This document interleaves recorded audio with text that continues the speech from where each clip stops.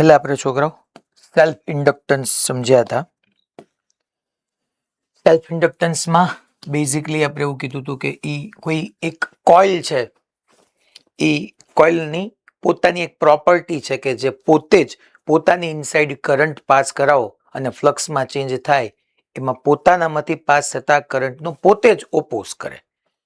એ પ્રોપર્ટીને આપણે કોઈ પણ કોઇલની સેલ્ફ ઇન્ડક્ટન્સ કહેતા હતા. ત્યારબાદ આપણે સેલ્ફ ઇન્ડક્ટન્સ એલ માટે ફોર્મ્યુલા આપણે ભણ્યા હતા, ધેટ ઇઝ N∅I. એનું બેઝિક ઇક્વેશન હતું. પછી આપણે એવું કીધું હતું કે by Faraday's law is equal to આપણે d∅/dt કરીએ અને હું આમ કેપિટલ 5 ના ફોર્મની અંદર લખી નાખું તો d∅/dt તમે કરવા જાઓ અને ફ્લક્સની વેલ્યુ અહીંયા પુટ કરો તો જો એલ તો તમારો કોન્સ્ટન્ટ છે, સેલ્ફ ઇન્ડક્ટન્સ જેને કહેતા હતા, તો L ઇન્ટુ di/dt આવી ગયું હતું. મેં કીધું હતું કે જ્યારે બી તમારી પાસે ઇન્ડક્ટર આવે, ઇન્ડક્ટર આપણે ક્યારે ભણ્યા હતા કે જ્યારે સર્કિટમાં તમે સોલેનોઇડને કોઈ સર્કિટમાં યુઝ કરવામાં આવે ત્યારે આપણે એને ઇન્ડક્ટર કહેતા હતા. યા જ્યારે કોઈ સોલેનોઇડમાંથી પાસ થતો કરંટ ટાઈમ સાથે વેરી થતો હોય ત્યારે સોલેનોઇડ ન કહેતા ઇન્ડક્ટર કહીએ. ઇન્ડક્ટર એટલે એક સિમ્પલ લૂપ જ છે કે જેની પાસે એનું સેલ્ફ ઇન્ડક્ટન્સ છે. એ પ્રોપર્ટી છે કે જે પોતે પોતાની અંદર ફ્લક્સમાં થતા ચેન્જનો ઓપોઝ કરે. ધેન આપણે E is equal to L di/dt માં ઇન્ડક્ટર લીધું એટલે ઇન્ડક્ટરમાં સ્ટોર્ડ એનર્જીની ફોર્મ્યુલા ભણ્યા હતા, ધેટ ઇઝ ½ Li². અને છોકરાઓ મેગ્નેટિક ફિલ્ડના ફોર્મેટમાં બી આપણે સમજ્યા હતા. ઈ પહેલા યાદ કરો, ઇન્ડક્ટરમાં મેં કીધું હતું કે જ્યાંથી કરંટ એન્ટર થતો હોય EN પોઝિટિવ, રિમેનિંગ નેગેટિવ, પણ જો કરંટ ટાઈમ સાથે ઇન્ક્રીઝ થતો હોય તો, જો કરંટ ટાઈમ સાથે ડિક્રીઝ થતો હોય તો જ્યાંથી કરંટ એન્ટર થાય લો પોટેન્શિયલ અને રિમેનિંગ હાઈ પોટેન્શિયલ. પછી આપણે એક છેલ્લે ત્યાં આવીને અટક્યા હતા કે ભાઈ મેં તમને મેગ્નેટિક ફિલ્ડ એનર્જી ડેન્સિટી સમજાયું હતું, ρB, જેની આપણે ફોર્મ્યુલા ભણ્યા હતા B²/2μ0. ધેટ મીન્સ કે આ રૂમની અંદર ઇવન તમે જે ક્લાસમાં બેઠા છો એ ક્લાસમાં તે 1 મીટર ક્યુબમાં જે મેગ્નેટિક એનર્જી સ્ટોર થવાની છે એને આપણે છોકરાઓ મેગ્નેટિક એનર્જી ડેન્સિટી કહીએ છીએ, ધેટ ઇઝ B²/2μ0 છે. તો અહીંયા B²/2μ0 ને એકોર્ડિંગ આપણે ઓલો ક્વેશ્ચન એ કર્યો તો, જો યાદ હોય તો મેં એવી તમને ઇન્ફાઇનાઇટ શીટ કીધી હતી અને એનાથી x જેટલા ડિસ્ટન્સ આપણે સ્ફિયર રાખ્યો હતો આ રેડિયસનો, અને એની અંદર મેં તમને સ્ટોર મેગ્નેટિક એનર્જી પૂછી લીધી હતી. એવો જ એક ક્વેશ્ચન હજી પોસિબલ બને છોકરાઓ, જે આપણે ડિસ્કસ કરીએ એટલે એનો એક ક્વેશ્ચન લઈ લઈએ. માની લો તમારી પાસે આવો ઇન્ફાઇનાઇટલી લોંગ કરંટ કેરિંગ વાયર છે. અહીંયા આપણે ઇન્ફાઇનાઇટલી લોંગ કરંટ કેરિંગ વાયર લઈ લઈએ. આ ઇન્ફાઇનાઇટલી લોંગ છે એટલે આપણે ઉપર નીચે આવી રીતે ડોટેડ લાઈન ડ્રો કરી નાખીએ. આમાંથી I જેટલો કરંટ પાસ થાય છે. એની સરાઉન્ડિંગમાં આપણે એક સિલિન્ડર રાખીએ છીએ આવી રીતનું. સિલિન્ડર એવું છે છોકરાઓ કે જેની ઇનર રેડિયસ A છે અને આઉટર રેડિયસ B છે. સિલિન્ડર એવું છે કે જેની ઇનર રેડિયસ A છે અને આઉટર રેડિયસ B છે. સિલિન્ડર હું કીધું કે આની ઇનર રેડિયસ A અને આઉટર રેડિયસ B છે છોકરાઓ. હા, એ કહી દઉં, આ B કહી દઉં. અચ્છા, કરંટ કેરિંગ વાયર છે તો એની સરાઉન્ડિંગમાં મેગ્નેટિક ફિલ્ડ પ્રોડ્યુસ થવાનું, હા સર થવાનું. મારે છોકરાઓ આ જે સિલિન્ડર મેં લીધું છે જેની ઇનર રેડિયસ A અને આઉટર રેડિયસ B, એ સિલિન્ડરની ઇનસાઇડ સ્ટોર થતી મેગ્નેટિક પોટેન્શિયલ એનર્જી ફાઇન્ડ કરવી છે. એટલે ક્વેશ્ચન હું લખી નાખું ફાઇન. અચ્છા, આની લેન્થ એક છોકરાઓ L કહી દેશું. Find magnetic potential energy stored. Find magnetic potential energy stored in cylinder which have inner radius A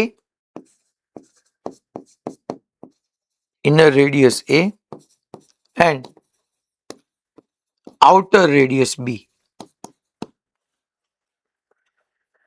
ટૂંકમાં મારે આ સ્પેસની અંદર સ્ટોર થતી મેગ્નેટિક એનર્જી ફાઇન્ડ કરવાની છે. સોલ્યુશન જોઈએ શેમાં, તો કે આ સ્પેસની અંદર. આમાં હવે મેં અહીંયા તમને ક્લેરિટી સાથે એટલા માટે ક્વેશ્ચનમાં કીધું છે કે magnetic and potential energy stored in cylinder which have inner radius A and outer radius B. Okay, તો શું કરી શકીએ સર આની અંદર? હવે આપણે સમજીએ. શું કરો, પ્રોબ્લેમ એ છે કે ઇન્ફાઇનાઇટલી લોંગ કરંટ કેરિંગ વાયરના કારણે જે મેગ્નેટિક ફિલ્ડ આવવાનું છે એ ડિસ્ટન્સ પર ડિપેન્ડ કરે છે. લાસ્ટ લેક્ચરમાં છેલ્લે જતા જતા મેં તમને ક્વેશ્ચન સોલ્વ કરાવ્યો હતો અને એ ઇઝી હતો. એમાં ઇઝી કઈ રીતના હતું કે આપણે ઓલી ફોર્મ્યુલા યુઝ કરી, rho is equal to B square by 2 mu 0, medium તરીકે આપણે ફ્રી સ્પેસ લઈએ છીએ એટલે. અને રો ની જગ્યાએ મેં તમને કીધું હતું યુ બાય વી, અને વી ની સીધી વેલ્યુ પુટ કરી દીધી હતી 4/3 પાઈ આર ક્યુબ. જો તમારી પાસે લખેલું હોય, તમે થોડું ઘણું રેડી કરીને આવ્યા હોય તો તમને યાદ હોવું જોઈએ. ત્યાં ઓલું મેં તમને મેગ્નેટિક ફિલ્ડની ફોર્મ્યુલા કીધી હતી કે ભાઈ આપણે કે કરંટ પર યુનિટ લેન્થ હોય તો મેં તમને મ્યુ 0 k બાય 2 એવું આપણે મૂક્યું હતું ત્યાં. તો ત્યાં છોકરાઓ મેગ્નેટિક ફિલ્ડ યુનિફોર્મ હતું. તો મેં શું કીધું, મારે મેગ્નેટિક પોટેન્શિયલ એનર્જી સ્ટોર થાય છે ફાઇન્ડ કરવું છે. તો ઇઝી હતું કે મેં આ રો જે છે that is magnetic potential energy stored પર યુનિટ વોલ્યુમ, એકમ કદ દીઠ સંગ્રહાતી ઉર્જા હતી. તો હું આમ કહી શકું કે 1 મીટર ક્યુબમાં આટલી તો 20 મીટર ક્યુબમાં કેટલી. બટ એમાં બેનિફિટ એ હતો કે તમારો બી યુનિફોર્મ હતો, કારણ કે ફોર્મ્યુલામાં મ્યુ 0 k બાય 2 માં ડિસ્ટન્સ ક્યાંય આવતું જ નહોતું. ગમે એ જગ્યાએ વ્યા જાવ, તમારું મેગ્નેટિક ફિલ્ડ યુનિફોર્મ હતું. હવે અહીંયા મારે કરવાનું તો એ જ છે કે મારે આટલા સ્પેસની અંદર, આ સ્પેસની અંદર જે મારે મેગ્નેટિક પોટેન્શિયલ એનર્જી સ્ટોર થતી ફાઇન્ડ કરવી છે તો રો બાય વી જ કરવાનું છે. બટ પ્રોબ્લેમ એ છે કે આ કરંટ કેરિંગ વાયરને કારણે આ એ ટુ બી વચ્ચે મેગ્નેટિક ફિલ્ડ વેરી કરવાનું છે. મેગ્નેટિક ફિલ્ડ થોડું યુનિફોર્મ રહેવાનું છે. Mu 0 I upon 2 pi R formula યાદ કરો. તો અહીંયા હું સીધું જે લાસ્ટ લેક્ચરમાં મેં કર્યું હતું, લાસ્ટ પ્રોબ્લેમમાં યુ બાય વી અને વી નો સીધો હું સામે લઈ ગયો હતો, એવું અહીંયા હું નહીં કરી શકું બીકોઝ ઓફ કે તમારું મેગ્નેટિક ફિલ્ડ યુનિફોર્મ નથી. તો ડેફિનેટલી થોડું ટ્રિકી થવાનું જ છે. તો સર શું કરીએ? હું તમને એમ કહું છું કે તમે એક કામ કરો કે અહીંથી એક્સ જેટલા ડિસ્ટન્સે વ્યા જાઓ, એક્સ જેટલા ડિસ્ટન્સે વ્યા જાઓ, અને છોકરાઓ બે સાઈડ એક્સ જેટલા ડિસ્ટન્સે વ્યા ગયા અને એક ડીએક્સ વિથનો તમે એલિમેન્ટ લ્યો, આવી રીતનો ડીએક્સ વિથનો, અને એની અંદર સ્ટોર થતી એનર્જી આપણે ફાઇન્ડ કરીએ. આપણે એક્સ જેટલા ડિસ્ટન્સે ગયા અહીંથી આ એક્સ, અને મેં છોકરો આવી રીતનું એમ કહું છું, આપણે એક આખો ડેફિનેટલી સિલિન્ડ્રિકલ એલિમેન્ટ જ લઈએ જેની રેડિયસ એક્સ છે અને થિકનેસ ડીએક્સ છે. આ ડીએક્સ છોકરો, અને આની અંદર સ્ટોર થતી એનર્જી ગોતીએ પહેલા એટલા રિજિયનમાં. જો હું આવી રીતના તમને ડોટેડ લાઇનથી શો બી કરું છું. આની અંદર આપણે સ્ટોર્ડ એનર્જી ફાઇન્ડ કરીએ, કારણ કે એટલા સ્પેસ પૂરતું, ડીએક્સ પૂરતું મેગ્નેટિક ફિલ્ડને યુનિફોર્મ માની શકીશ છે નહીં. તો પહેલા આપણે હેડિંગ આપીએ that magnetic potential energy stored in an elemental cylinder is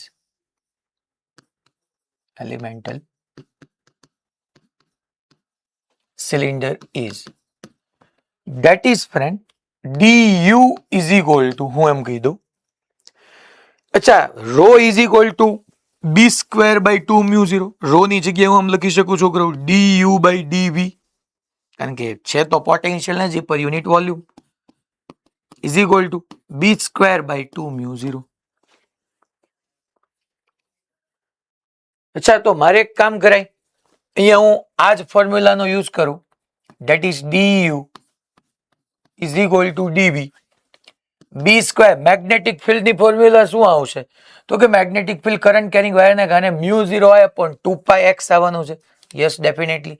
તો હું અહીંયા પહેલા બી સ્ક્વેર બાય 2 મ્યુ 0 પહેલા આમ નામ રાખું. હવે અહીંથી છોકરાઓ હું du ઇઝ ઇક્વલ ટુ મૂકું બી સ્ક્વેરની જગ્યાએ પહેલા 1/2 mu 0 as it is.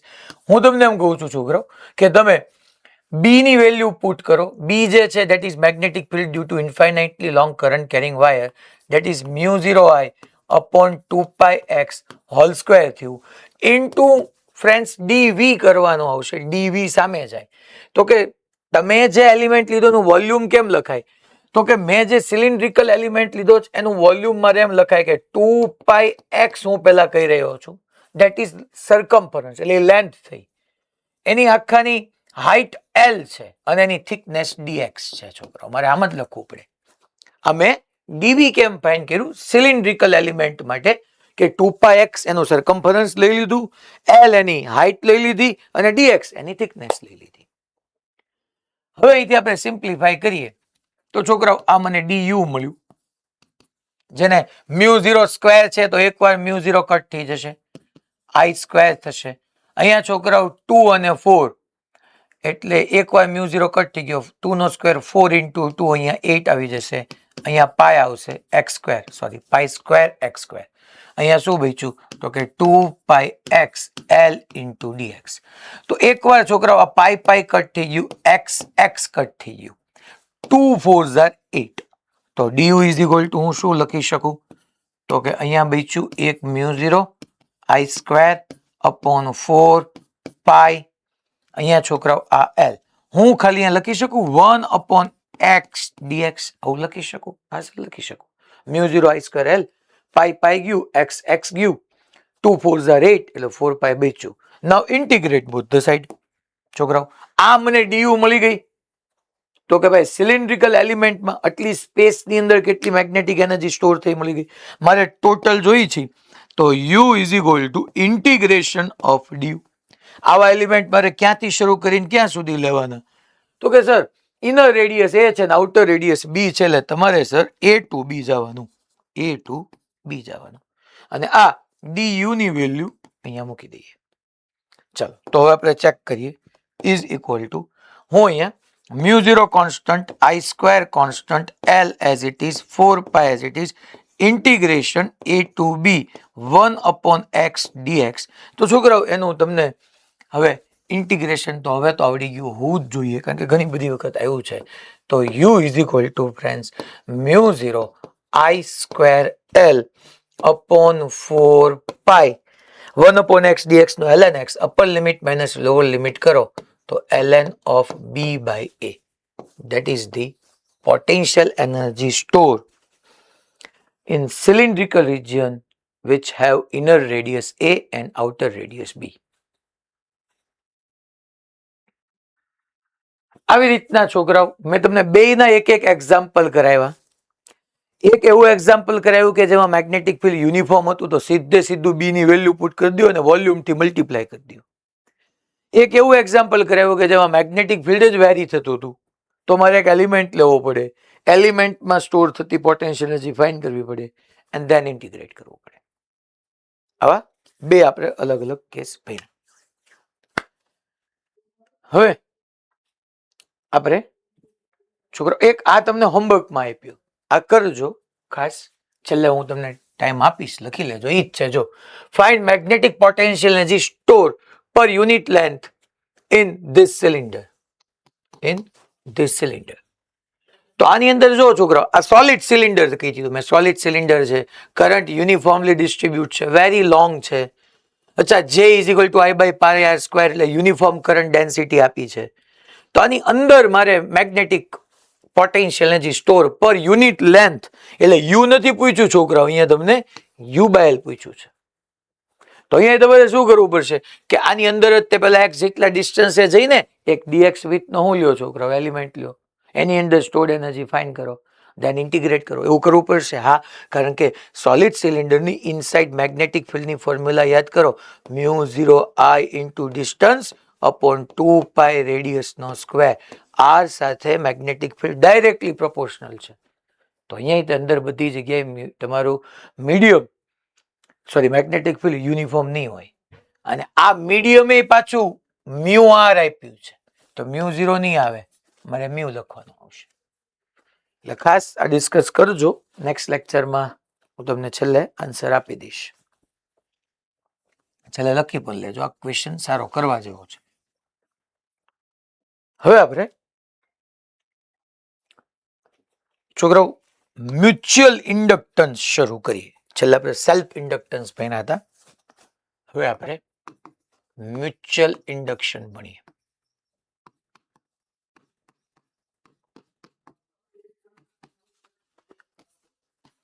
Self inductance એ કોઇલની એવી પ્રોપર્ટી હતી જેમાં કોઇલ પોતે જ પોતાની અંદર કરંટમાં જે ચેન્જ થતો હતો એનો એ ઓપોઝ કરતું હતું. મ્યુચ્યુઅલ ઇન્ડક્ટન્સ એની કરતા ડિફરન્ટ છે. તો પહેલા આપણે એને કહીએ મ્યુચ્યુઅલ ઇન્ડક્ટન્સ શું? It is A property of pair of coil. It is a property of pair of coil. Yeah, it is defined for એવું કરી નાખીએ બેટર છે. It is defined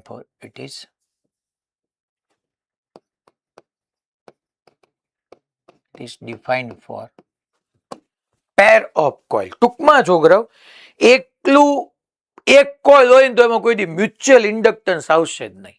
જો નામમાં સમજાય જાય, સેલ્ફ એટલે પોતાની સાથેની જ વાત થતી હોય. ગુજરાતીમાં એના આત્મ પ્રેરકત્વ કહીએ. આત્મ એટલે પોતાનું જ હોય. મ્યુચ્યુઅલ એટલે બે વચ્ચેની વાત થતી હોય. એટલે mutual inductance it is defined for pair of coil. ટૂંકમાં કોઇલનું જોડ હશે જ તે તો જ તમે મ્યુચ્યુઅલ ઇન્ડક્ટન્સ બોલી શકશો, બાકી બોલી જ નહીં શકો. સેકન્ડ થિંગ, એને ડિફાઇન કરીએ.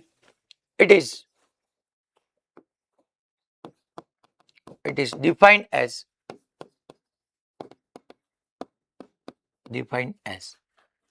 EMF induce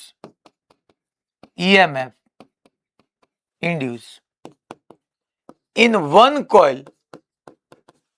EMF induce in one coil is opposed by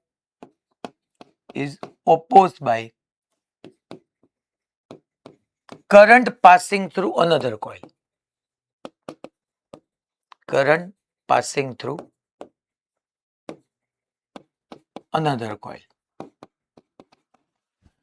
sir એટલામાં તમે શું કહેવા માંગો છો? હું તમને આખું એક્ઝામ્પલ આપીને જ સમજાવું છું.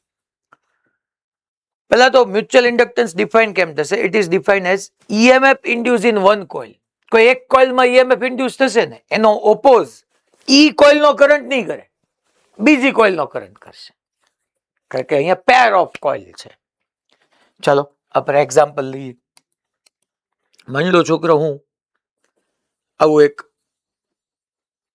સોલેનોઇડ લઈ લો, કોઇલ તરીકે આપણે સોલેનોઇડ લઈ લઈએ, નો પ્રોબ્લેમ. છોકરો અહીંયા આવી રીતનાની સાથે બેટરી કનેક્ટ કરી દીધી. આ સ્વિચ મેં મૂકી દીધી છે. એક્ઝેક્ટલી બાજુમાં હું આવી રીતનું આમ બીજું એક સોલેનોઇડ લઈ લઉં.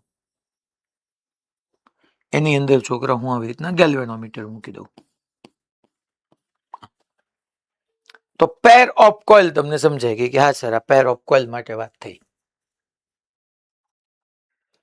હવે જેવું અહીંથી સ્વિચને ક્લોઝ કરીશ એટલે આને છોકરાઓ પહેલી કોઇલ કીધું અને બીજી કોઇલ કીધું, અને આપણે કહી દઈએ that is first coil, that is second coil. અહીંયા આપણે આઈડિયલ સોલેનોઇડ માની લેતો હોય તોય વાંધો નથી. મારે તો અત્યારે કોઇલ હું બોલીશ તો બી ચાલશે. છોકરા બે ઓલમોસ્ટ કોએક્સિયલ છે, એની એક્સિસ સેમ છે. જો માની લો અહીંયાથી છોકરો હું આવી રીતની હવે સ્વિચને ક્લોઝ કરું છું તો તમને ખબર જ છે કે આમાંથી આવી રીતના કરંટ પાસ થશે. અહીંથી આમ ઉપર જશે, આ નીચે, પાછળથી ઉપર આમ. તો અહીંયાથી છોકરો આમ કરંટ પાસ થશે એટલે હું તમને કહી દઉં કે ભાઈ અહીંથી આમ કરંટ ગયો. આ છોકરાઓ આગળથી નીચે, પાછળથી ઉપર, આગળથી નીચે, પાછળથી ઉપર, એટલે આ ડાયરેક્શનમાં મેગ્નેટિક ફિલ્ડ આવ્યું. તો પહેલા તો આ 20 વોલ્ટની બેટરી કનેક્ટ કરી એટલે આ કોઇલમાં આ ડાયરેક્શનમાં મેગ્નેટિક ફિલ્ડ આવ્યું છોકરાઓ, આ ડાયરેક્શનમાં.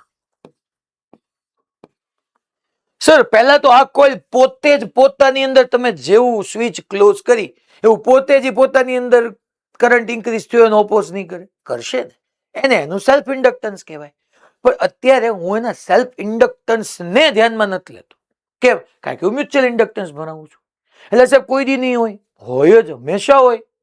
તો ક્યારે ધ્યાનમાં લેશો? પહેલા મ્યુચ્યુઅલ હલાવી દો, પછી બે સાથે આપણે કન્સિડર કરશું કે ભાઈ એનું સેલ્ફ ઇન્ડક્ટન્સ એ છે અને મ્યુચ્યુઅલ ઇન્ડક્ટન્સ એ છે. બાકી એક વાત પાકી છે છોકરો, કે જેવું સ્વિચને ક્લોઝ કરીશ એટલે પહેલા તો આ કોઇલનો વારો આવશે. એ કોઇલ પોતે જ પોતાની અંદરના ચેન્જ ઇન કરંટનો ઓપોઝ કરશે, એટલે એનું સેલ્ફ ઇન્ડક્ટન્સ હોય જ, જેનો L1 કહી દઉં, કારણ કે કોઇલ વિથ સેલ્ફ ઇન્ડક્ટન્સ છે એટલે હોય જ. પણ હું અત્યારે તમને સેલ્ફ ઇન્ડક્ટન્સ નથી સમજાવતો, મ્યુચ્યુઅલ સમજાવું છું. હવે પહેલી ને કોઇલ બે બાજુમાં જ પડી, પહેલી અને બીજી કોઇલ. તો પહેલીનું મેગ્નેટિક ફ્લક્સ સેકન્ડમાંથી પાસ થાય. હા સર, આમ પાસ થાય. જો સર, આમ પાસ થયું, આમ પાસ થયું સર, આમ પાસ થયું, કે બે નજીક જ પડીશ. તો મેં ખરેખર સ્વિચ ક્લોઝ કરી પહેલી કોઇલની અંદર, કરંટ પાસ થયો પહેલી કોઇલમાં, પહેલી કોઇલમાં લેફ્ટ ટુ રાઈટ સાઈડનું મેગ્નેટિક ફ્લક્સ આવ્યું. બટ બીજી કોઇલ નજીક જ હતી, તો પહેલી કોઇલનું ફ્લક્સ બીજી કોઇલને મળ્યું.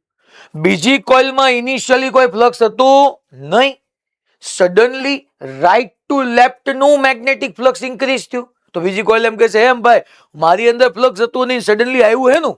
હું મારી અંદર, બીજી કોઇલ એમ કહે છે, મારી અંદર જે રાઈટ ડાયરેક્શન નું મેગ્નેટિક ફ્લક્સ સડનલી આવ્યું હતું નહીં, આવ્યું, ધેટ મીન્સ ઇન્ક્રીઝ થયું, એનો ઓપોઝ કરીશ. હું એમ સહન નહીં કરી લઉં, હું એનો ઓપોઝ કરીશ. એટલે પોતે ઓપોઝ કરવા માટે એ પોતે આ ડાયરેક્શનમાં એનું મેગ્નેટિક ફ્લક્સ ક્રિએટ કરશે, કારણ કે ઓપોઝ તો આમ જ થાય છોકરો. આ ડાયરેક્શનનો મેગ્નેટિક ફ્લક્સ પ્રોડ્યુસ કરી આમ જ ઓપોઝ થાય. અને આ ડાયરેક્શનનું મેગ્નેટિક ફ્લક્સ માટે તમે જોવા જાઓ તો કરંટ કેમ આવવો જોઈએ? તો કે પાછળથી નીચે અને આગળથી ઉપર, પાછળથી નીચે, પાછળથી નીચે, આગળથી ઉપર.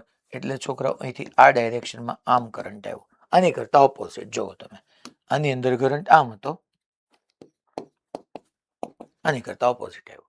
અને જે પહેલી કોઇલનું મેગ્નેટિક ફ્લક્સ બીજીને મળે, એમ ભાઈ બીજીનું હું કામ પહેલી ન મળે? આમ જાય, અહીંયા આમ જાય. તો પહેલી જે કોઇલ પોતે છે L1, એમાં પોતાની અંદર ફ્લક્સ રાઇટવર્ડ ડાયરેક્શનમાં ઇન્ક્રીઝ થતું હતું. ફ્લક્સ આવ્યું છોકરાઓ, એટલે ચેન્જ ઇન મેગ્નેટિક ફ્લક્સ, એને પોતાનો કરંટ આવ્યો હશે, એમાં ઈએમએફ ઇન્ડ્યુસ થયું. યાર ફ્લક્સ તો છે એટલે ઈએમએફ આવ્યું. પણ તમે જોવો તો બીજી કોઇલનું મેગ્નેટિક ફ્લક્સ પહેલી કોઇલમાં ઈ ડાયરેક્શનમાં ગયું કે જેમાં પોતાનું જે મેગ્નેટિક ફ્લક્સ હતું એની ઓપોઝિટ ડાયરેક્શન થઈ, તો નેટ ફ્લક્સ ઘટી ગયું. તો આની અંદર ઈએમએફ નો ઓપોઝ કોને કર્યો? પહેલી કોઇલે. કે જેમ મેં સ્વિચ ક્લોઝ કરી પહેલી કોઇલની અંદર, એમ એની અંદર કરંટ ઇન્ક્રીઝ થતો હતો, રાઇટવર્ડ ડાયરેક્શનનું મેગ્નેટિક ફ્લક્સ ઇન્ક્રીઝ થતું હતું, એટલે ઈએમએફ મને મળતું હતું. જેવું આની અંદર પહેલી કોઇલનું ફ્લક્સ બીજાને મળ્યું, એટલે બીજાએ એના ચેન્જનો ઓપોઝ કરીને પોતે મેગ્નેટિક ફ્લક્સ એવી ડાયરેક્શનમાં આપી દીધું કે આમાં પહેલી કોઇલમાં રાઇટવર્ડ ડાયરેક્શનમાં ઇન્ક્રીઝ થતું હતું ને, એને જો ડિક્રીઝ કરાયું. ધેટ મીન્સ કે આના ઈએમએફ નો ઓપોઝ બીજી કોઇલમાં જે કરંટ આવ્યો એને કર્યો. માની લો હું તમને એમ કહું કે આ સ્વિચને મેં ક્લોઝ ને બદલે ઓપન કરી. ઓપન કરી ત્યારે શું થયું છે? બીજી એક ઘટના સાથે સમજીએ. સાઈડમાં હું તમને કહી દઉં, અને કઈ તમારે લખવાની જરૂર નથી. અચ્છા, આને એનું L2 તો હશે જ તે છોકરાઓ, અને મારે આમ સાથે આમ લખાય કે આ એનું મ્યુચ્યુઅલ ઇન્ડક્ટન્સ કેપિટલ MP હશે, કારણ કે L1 L2 એ પોતાનો ઇન્ડિવિજ્યુઅલ કોઇલનું હોય, મ્યુચ્યુઅલ તો પેર ઓફ કોઇલ માટે હોય. બીજું તમને એક્ઝામ્પલ માની લો આમ લઈને કહું છોકરો, સાઈડમાં આ એક એક્સ્ટ્રા છે. ભાઈ માની લો આ તમારી પહેલી કોઇલ આવી રીતના હતી મારા વાલો, ઓલરેડી 20 વોલ્ટની બેટરી હતી, સ્વિચ તમે આવી રીતના ક્લોઝ કરેલી જ રાખી હતી. એની બાજુમાં આવી રીતના આ L1, આ L2, અહીંયા ગેલ્વેનોમીટર મૂકી દીધું મેં છોકરાઓ, અને માની લો મેં સ્વિચને ઓપોઝ કરી. અહીંયા just switch close, switch is just closed. તમે આવું વર્ડિંગ કેમ વાપરો છો? જસ્ટ ક્લોઝ, હમણાં જ બંધ કરી. એનું કારણ છે કે માની લો હું સ્વિચ ક્લોઝ કર્યાના લાંબા સમય પછી વાત કરું તો કરંટ કોન્સ્ટન્ટ થઈ ગયું હોય. કરંટ કોન્સ્ટન્ટ થઈ ગયો હોય તો ચેન્જ ઇન મેગ્નેટિક ફ્લક્સ 0 થઈ ગયું હોય, અને તો ઈએમએફ ની વાત જ ન થવાની છે. હવે અહીંયા માની લો હું સ્વિચને ઓપન કરું છું, જસ્ટ ઓપન, એટલે જસ્ટ ક્લોઝ હતી, અહીંયા હું કહી દઉં જસ્ટ ઓપન. હજી મેં હમણાં ખોલી જ છે. તો સડનલી છોકરાઓ શું થશે? તો કે જ્યારે બંધ હતી ત્યારે આ ડાયરેક્શનમાં કરંટ જતો હતો, એટલે આ ડાયરેક્શનમાં મેગ્નેટિક ફ્લક્સ આવી ગયું હતું. હા સર, આવી ગયું હતું. પહેલી કોઇલનું મેગ્નેટિક ફ્લક્સ બીજીને આમ મળતું હતું. મેં છોકરાઓ જેવી આને ઓપન કરી એટલે કરંટ ઝીરો થયો. તો કરંટ ઝીરો થયો તો પહેલામાં રાઇટવર્ડ ડાયરેક્શનનું મેગ્નેટિક ફ્લક્સ ડિક્રીઝ થયું. પહેલાનું રાઇટવર્ડ ડાયરેક્શનનું મેગ્નેટિક ફ્લક્સ જે બીજાને મળતું હતું એ પણ ડિક્રીઝ થયું. તો બીજી કોઇલ એમ કહેશે કે ભાઈ હું મારી અંદર જે ચેન્જ થાય છે એનો જોરશોરથી ઓપોઝ કરીશ. એટલે પોતે એ જ ડાયરેક્શનમાં મેગ્નેટિક ફ્લક્સ આપ્યું. અને એ રીતના કરંટ પાસ થયો. અચ્છા, જેમ પહેલી કોઇલનું મેગ્નેટિક ફ્લક્સ બીજાને મળતું હતું એમ બીજાનું પહેલાને મળે. શું કામ ન મળે ભાઈ? અચ્છા, આ મળ્યું જ તે જોવો તમે. તો અહીંયા નેટ ફ્લક્સ ઇન્ક્રીઝ થયું પહેલી કોઇલની અંદર. અચ્છા, એવું પણ તમે કરી શકો કે જ્યાં બેટરી છે ત્યાં ગેલ્વેનોમીટર મૂકી દો, ગેલ્વેનોમીટર છે ત્યાં બેટરી મૂકી દો, તો એ કાંઈ વાંધો નથી. બટ હા, ત્યારે પોસિબલ નથી કે બે કોઇલમાં એક કોઇલ ઇન્ડિયા હોય ને બીજી કોઇલ પાકિસ્તાનમાં મૂકી દો, તો નો મેળ પડે ને. કારણ કે તો પહેલી કોઇલનું મેગ્નેટિક ફ્લક્સ બીજીને મળે જ નહીં. હા, એકબીજાથી ટુ ફાર હોય, ખૂબ દૂર દૂર હોય, તો પહેલી કોઇલનું મેગ્નેટિક ફ્લક્સ બીજીને ન મળે તો ત્યાં મ્યુચ્યુઅલ ઇન્ડક્ટન્સ થાય જ નહીં. એકબીજાની નજીક હોવું જોઈએ. જેમ હું સમજાવું છું કે રિલેશન એમ અને L1 L2 વચ્ચે શું છે. તો ટૂંકમાં તમે આની અંદર તમારી સમજણ પૂરતું પછી ક્યાંક લખી નાખજો અથવા કોકે લખી પણ લીધું હશે કે થયું શું આની અંદર. મેં જેવી સ્વિચ બંધ કરી એટલે પહેલી કોઇલમાં ફ્લક્સ ઇન્ક્રીઝ થયું. તો પહેલી કોઇલ પોતે જ એ ફ્લક્સના ચેન્જનો ઓપોઝ કરે છે. E is equal to L1 di/dt આવે, પણ હું અત્યારે મ્યુચ્યુઅલ બનાવું છું એટલે હું એને કન્સિડર નથી કરતો. પહેલી કોઇલનું મેગ્નેટિક ફ્લક્સ બીજાને મળ્યું, સડનલી એમ બીજામાં રાઇટવર્ડ હુકમ ઇન્ક્રીઝ થયું ભાઈ. તો એમ કે છે હું રાઇટવર્ડ ઇન્ક્રીમેન્ટનો ઓપોઝ કરી લે, પોતે લેફ્ટવર્ડ આપ્યું. જેમ પહેલી કોઇલનું મેગ્નેટિક ફ્લક્સ બીજાને મળે, બીજાનું પહેલાને મળ્યું, તો બીજામાં લેફ્ટ ડાયરેક્શનનું મેગ્નેટિક ફ્લક્સ આવ્યું, એનો પોતાનું રાઇટવર્ડ હતું, આનું લેફ્ટવર્ડ ગયું, નેટ ફ્લક્સ ઘટ્યું. ફ્લક્સમાં ચેન્જનો જે છે એનો ઓપોઝ કર્યો. તો આની અંદર જે EMF ક્રિએટ થાય એનો ઓપોઝ આ જે બીજી કોઇલ છે એના કરંટે કર્યો. તો ધેટ મીન્સ કે આને એકોર્ડિંગ આપણે આવું ન લખી શકીએ. હવે છોકરાઓ આની અંદર કે માની લો હું એમ કહું કે પહેલો જે કોઇલ હતી એમાં મેગ્નેટિક ફ્લક્સ ∅1 કહું, એના કરંટનો ઓપોઝ પહેલા તો હું આમ લખી નાખું છોકરાઓ કે આપણને ખબર જ છે magnetic field B is directly proportional two I હોય. કોઈ બી તમારું ડિવાઇસ હોય, સોલેનોઇડ હોય, કોઇલ હોય, પછી ઇન્ફાઇનાઇટલી લોંગ વાયર હોય, મેગ્નેટિક ફિલ્ડ એ I ને ડાયરેક્ટલી પ્રોપોર્શનલ હોય, ઇન્વર્સલી પ્રોપોર્શનલ ન હોય. અને હું એરિયા અને થીટાને કોન્સ્ટન્ટ લઈ લઉં તો we know that flux is directly proportional to B. આ બંનેને કમ્બાઈન કરીને આપણે એવું ન કહી શકીએ છોકરાઓ that magnetic flux is directly proportional to I, but for mutual inductance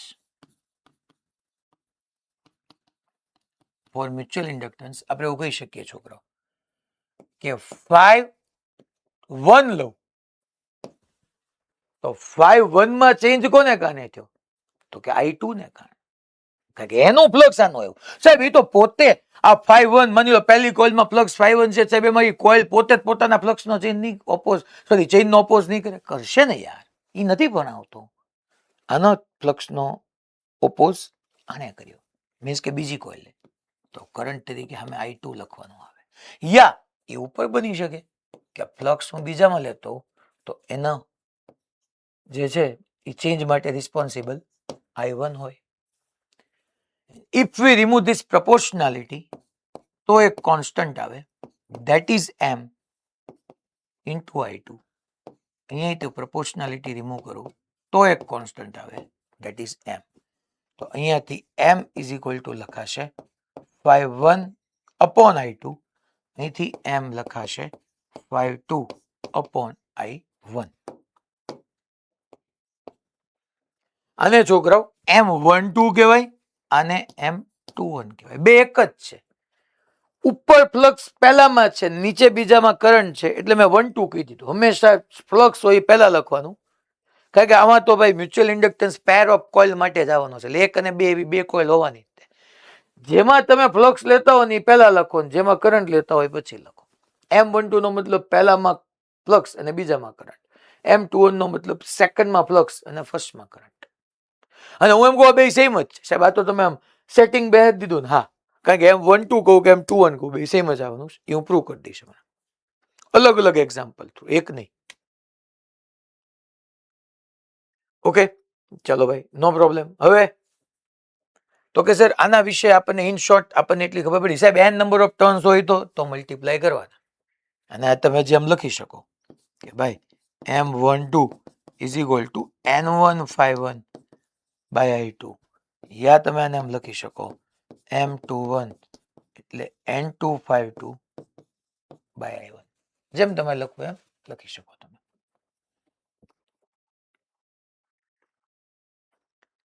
હવે આપણને આના વિશે જે કાંઈ આઈડિયા હોય, where M is termed as M is known as mutual inductance. Mutual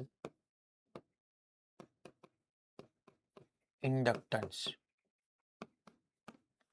એમને મ્યુચ્યુઅલ ઇન્ડક્ટન્સ કહેવાય. એના વિશે જે કાંઈ ડિટેલ ખબર હોય એ લખી નાખીએ. તો કે ભાઈ હું ગમે એક ને અહીંયા પકડી લો કે M12 એટલે આપણે લખીએ 51/I2. N1 હોય તો N1 મલ્ટીપ્લાય કરી દો. પહેલી વાત સ્કેલર ક્વોન્ટિટી છે છોકરાઓ, દેખાય જ છે, ડાયરેક્શન બાયરેક્શન કઈ આવવાનું નહીં. સર યુનિટ, ચાલો નો પ્રોબ્લેમ, યુનિટ જોઈએ. તો કે ભાઈ યુનિટમાં ઉપર તો ફ્લક્સ છે એટલે વેબર પર એમ્પિયર. છોકરાઓ સેલ્ફ ઇન્ડક્ટન્સમાં જ આવ્યું હતું વેબર પર એમ્પિયર, એને હેનરી કહેતા હતા તો આને હેનરી જ કહેવાનું. એટલે સેલ્ફ ઇન્ડક્ટન્સ હોય કે મ્યુચ્યુઅલ ઇન્ડક્ટન્સ હોય એનો યુનિટ હેનરી. ઓર હજી એક બાકી રહેશે. અચ્છા સાહેબ, શેના પર ડિપેન્ડ કરે છે એ કયો? ઓલામાં સારું હતું, અહીંયા હું કહી દઉં ઇટ ડિપેન્ડ્સ અપોન પહેલું છોકરો નંબર ઓફ ટર્ન્સ. એ તો ન્યાય હતું, નહીં છે. ન્યાય યાદ કરો, મેં એવું કીધું હતું શેપ સાઇઝ ને જીઓમેટ્રી. પહેલા આપણે ઓલી એક કોઇલ બનાવી હતી, ઓલા વાયરમાંથી એક કોઇલ મેં બનાવી હતી. પછી મેં કીધું બે બનાવી શકો, ત્રણેય બનાવી શકો. શેપ સાઇઝ જીઓમેટ્રી આવતું હતું ન્યા સેલ્ફ ઇન્ડક્ટન્સમાં. અહીંયા બીજો પોઈન્ટ આવશે છોકરો, રિલેટિવ પોઝિશન અને રિલેટિવ ઓરિએન્ટેશન. બેની સાપેક્ષ સ્થાન ક્યાં છે? મેં કીધું એમ કે એક કોઇલ ઇન્ડિયામાં હોય ને એક કોઇલ પાકિસ્તાનમાં હોય તો મ્યુચ્યુઅલ ઇન્ડક્ટન્સનો કોઈ મતલબ જ ન આવે, કારણ કે પહેલી કોઇલનું મેગ્નેટિક ફ્લક્સ બીજાને મળે જ નહીં. એટલે રિલેટિવ પોઝિશન એ આવે અને રિલેટિવ ઓરિએન્ટેશન મીન્સ કે એકબીજાની સાપેક્ષે કેવી રીતના એ ગોઠવાયેલી છે, ઓરિએન્ટ કઈ રીતના થયેલી છે, જે હમણાં તમને આગળ જતા સમજાશે. એટલે સેકન્ડ આવશે રિલેટિવ પોઝિશન, એકબીજાની સાપેક્ષે સ્થાન, and relative orientation.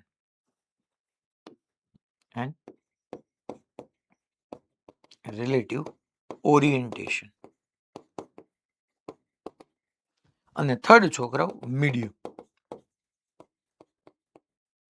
એ તો રહેવાનું જ તે મીડિયમ.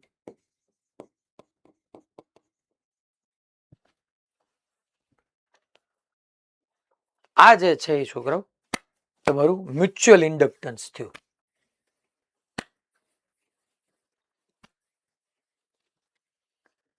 હવે આપણે ફેરાડે લો ને પાછો એપ્લાય કરી દઈએ. ન્યાય આપણે આજ કર્યું હતું કે ભાઈ હું ફેરાડેસ લો પરથી આમ લખી શકું બાય ફેરાડેસ લો. એ તો આપણને ખબર જ છે કે ભાઈ EMF E is equal to mod of d∅ by dt લખી નાખાય, નો પ્રોબ્લેમ. હવે છોકરો અહીંયા આપણને એટલી ક્લેરિટી હોવી જોઈએ. જો ક્રેમ કરશો ને તો આમાં વસ્તુઓ ભૂલાઈ જશે. ગોખવું ઈ કોઈ અહીંયા વે છે જ નહીં, એ વસ્તુને કિલ જ કરે. મને એટલી ખબર હોવી જોઈએ કે હું E1 લખું, દેટ મીન્સ કે હું EMF ઇન્ડ્યુસ ઇન કોઇલ 1 ની વાત કરું છું. તો કોઇલ 1 માં EMF તો જ આવે જો કોઇલ 1 ના ફ્લક્સમાં ચેન્જ થાય. હા, હવે એ વાત અલગ છે કે મને એટલી ખબર છે કે કોઇલ 1 નું ફ્લક્સ જે છે એ અહીંયા આવી રીતના લખાય MI2, કારણ કે પહેલાના ફ્લક્સ પહેલાના EMF નો ઓપોઝ બીજી કોઇલનો કરંટ કરવાનો છે.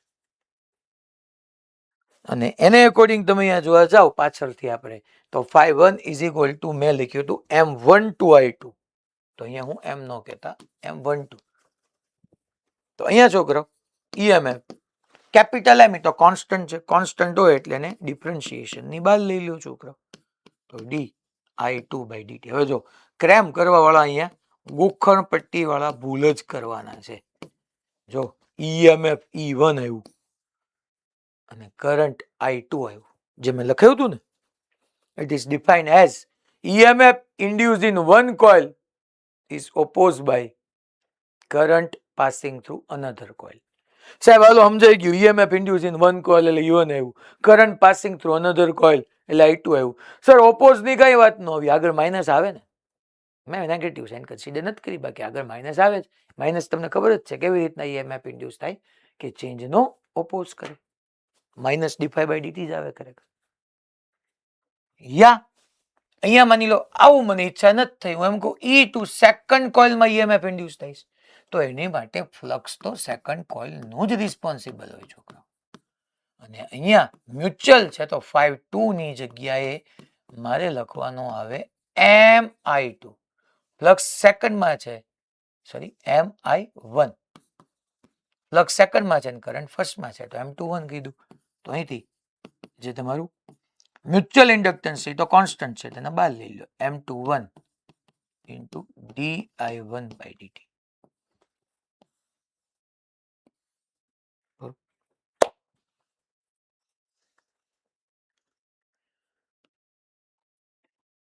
સર તો પછી તમે એવું કીધું હતું કે રેઝિસ્ટર ને અક્રોસ પીડી પૂછે તો IR આવે કેપેસિટર ને અક્રોસ પીડી પૂછે તો Q is equal two CV ન્યા આવે Q charge C capacitance V potential difference તો C is equal two sorry V is equal two Q/C થાય તમે એવું કીધું હતું ઇન્ડક્ટર કે તો તમારે EMF લખવાનું LDI/dt યસ રાઈટ તો સાહેબ LDI/dt લખવાનું કે MDI/dt અરે બકા એક ઇન્ડક્ટર હોય તો એક ઇન્ડક્ટર કે એક કોઇલ હોય તો એમાં મ્યુચ્યુઅલ આવી જ ન શકે યાર એમાં તો સેલ્ફ ઇન્ડક્ટન્સ આવે તો સેલ્ફ ઇન્ડ્યુસ EMF જ આવે ધેટ ઇઝ LDI/dt આ EMF ની ફોર્મ્યુલા તો ત્યારે જ આવશે જ્યારે પેર ઓફ કોઇલ હશે બાકી નહીં આવે અને આના ઉપરથી તમે છોકરાઓ M ને સબ્જેક્ટ કરો તો તમે અહીંથી ગમે ત્યાંથી M ને સબ્જેક્ટ કરો માની લો આપણે છોકરાઓ ચલો યુનિટ લખવાનો બાકી રાખ્યો છે તો અહીંયા EMF આવશે અપોન DI/dt આવશે આનો યુનિટ વોલ્ટ થાય આ એમ્પિયર પર સેકન્ડ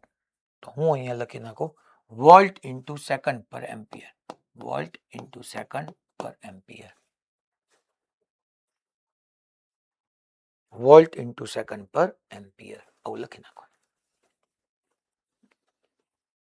હવે આપણે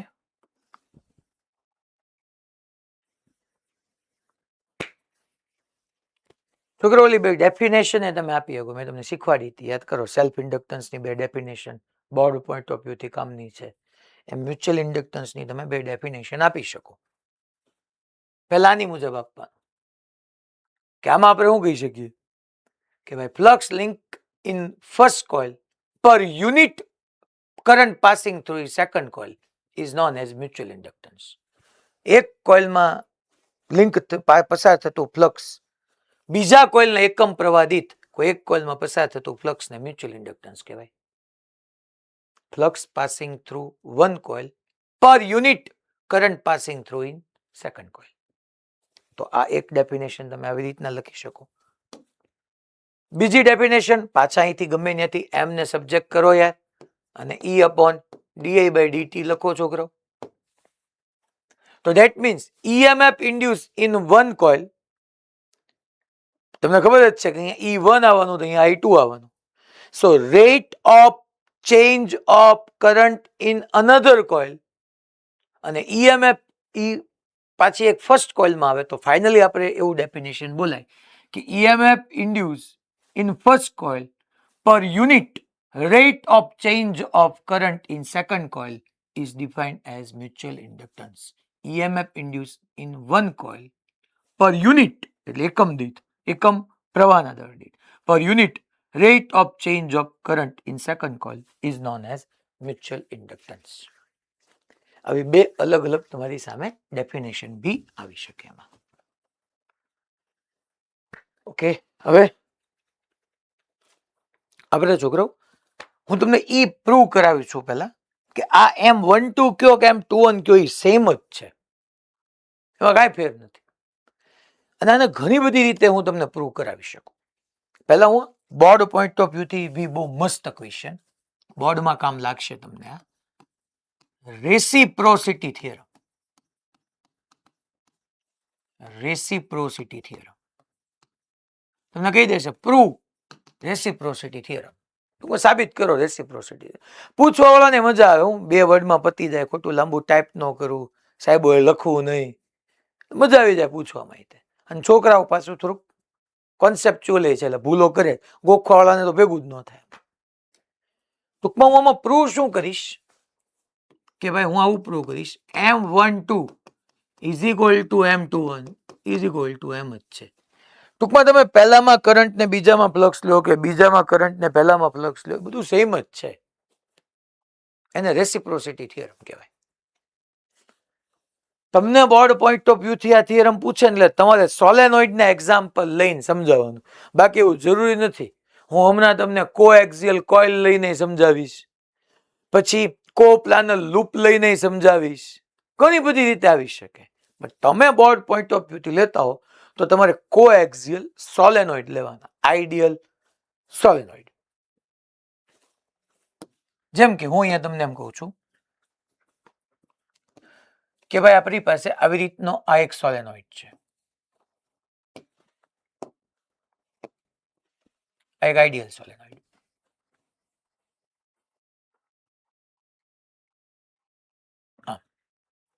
મેં એને એરમાં જ બાઉન્ડ કરી દીધો છે. અને એક બીજો સોલેનોઇડ છે,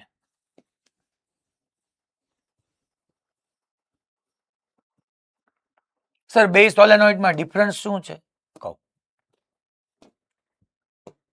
બેમાં ડિફરન્સ એટલો છે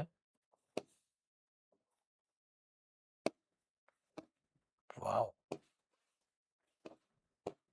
કે આ એક્સિસ છે, બે કોએક્સિયલ છે છોકરા, એક્સિસ બેની સેમ જ છે. ડિફરન્સ ખાલી એટલો છે કે આ માની લો હું પહેલો સોલેનોઇડ લઈ લો ને એમાંથી પાસ થતો કરંટ I1,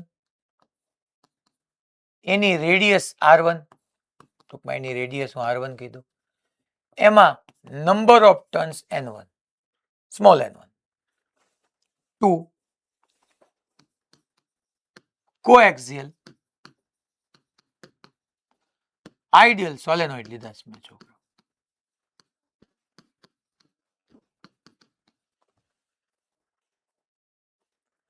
અંદર સાહેબ મેં કોઈક ભૂલથી બહારના કરંટ માટે લેવાઈ ગયું હોય તો હાલે? અરે દોરે, બધું દોરે દોસ્ત. અંદરનો જે છે સોલેનોઇડ એમાંથી પાસ થતો current I1, radius R1, number of turns N1. બહારના માટે થોડીક અલગ કલરની પેન વાપરેલો એટલે તમને શાંતિ થઈ જાય. બહારના માટે છોકરાઓ રેડિયસ R2, એમાંથી પાસ થતો કરંટ I2, એમાં નંબર ઓફ ટર્ન્સ N2. એવું જરૂરી નથી કે રેસિપ્રોસિટી થિયરમ એટલે 2 કોએક્સિયલ આઈડિયલ સોલેનોઇડ જ લેવાના. તમે કોપ્લાનર કોસેન્ટ્રિક લૂપ બી લઈ શકો, કોએક્સિયલ લૂપ બી લઈ શકો, એમ બી પ્રૂવ થાય.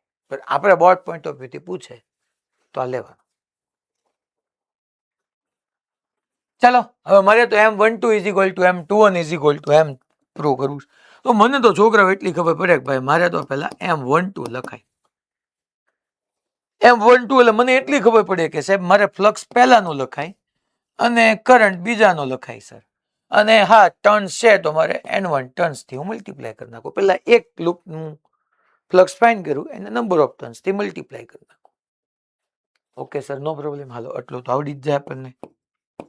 M12 N1 સાહેબ ફ્લક્સ કોનામાં લઉં છું હું? 5 આમાં લઉં છું, આમાં ફ્લક્સ લઉં છું. મારે ફ્લક્સ લિંક થતું શેમાં જોઈએ છે તો કે આટલા સ્પેસની અંદર જોજો, પછી આને જવા દઈશ છોકરાઓ એટલા માટે, આટલા એરિયાની અંદર.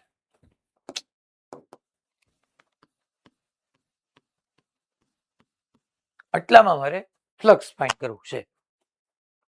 કારણ કે 5 એટલે તો ઈ જ થયું, એક ટર્નમાં flux into number of turns એટલે ઈ જ થયું છોકરાઓ એમાં તો. હવે તમે વિચાર કરો તો કરંટ કોનો આવે? ફ્લક્સ પહેલાનો છે તો કરંટ બીજામાં છે. હવે અહીંયા ધ્યાન આપજો, કરંટ આમ છે છોકરા, આમ કરંટ પાસ થાય છે, પાછળથી નીચે છે ને આગળથી ઉપર છે, તો આ ડાયરેક્શનમાં મેગ્નેટિક ફ્લક્સ જવાનું. બીજો કરંટ એટલે ટૂંકમાં લાર્જ, જેની રેડિયસ લાર્જ છે એની અંદર કરંટ કેરિંગ સોલેનોઇડ લઉં તો એ કરંટ કેરિંગ સોલેનોઇડ ની અંદર બધી જ જગ્યાએ યુનિફોર્મ મેગ્નેટિક ફિલ્ડ મળશે મને વચ્ચેના સ્પેસની અંદર. That is B is equal to mu 0 small n I. યાદ કરો, આઈડિયલ સોલેનોઇડ છે એટલે mu 0 small n I. ટૂંકમાં મેગ્નેટિક ફિલ્ડ આમ બધે હશે ને, આમ આ ડાયરેક્શનમાં, આમ આમ. તમે ડ્રો ન કરતા હો ને તો તમારે બધું ભેગું થઈ જાય હમણાં. આમ આમ મેગ્નેટિક ફિલ્ડ હશે, કારણ કે મેં કરંટ I2 લીધો છે, તો I2 કરંટ હશે તો ટૂંકમાં આ આખામાં કરંટ પાસ થાય, બધી જગ્યાએ યુનિફોર્મ મેગ્નેટિક ફિલ્ડ. હા, છેવાડા પાસે યુનિફોર્મ ન હોય, મેં ભણાવ્યું હતું તમને. બાકી વચ્ચે તો અહીંયા બધી જગ્યાએ યુનિફોર્મ મેગ્નેટિક ફિલ્ડ હોય. હવે તો કે મારે તો ફ્લક્સ લિંક આટલા એરિયામાં જ લેવું છે, તો એનો એરિયા લેવાનો અને મેગ્નેટિક ફિલ્ડ, હા સર એટલામાં મેગ્નેટિક ફિલ્ડ લિંક થઈ શકે, એમાં શું વાંધો છે? મારે તો ફ્લક્સ એટલામાં જ લેવાનું, તો flux 5 is equal two AB માં એરિયા એટલો જ લેવાનો. સાચી વાત છે. અને મેગ્નેટિક ફિલ્ડ ઓલાનું લઈ લેવાનું, તો નો પ્રોબ્લેમ, આપણે લખી શકીએ. હવે બધાને આપણે જવા દઈએ. મારે મેં તમને જે સમજાવવાનું હતું એ સમજાવી દીધું.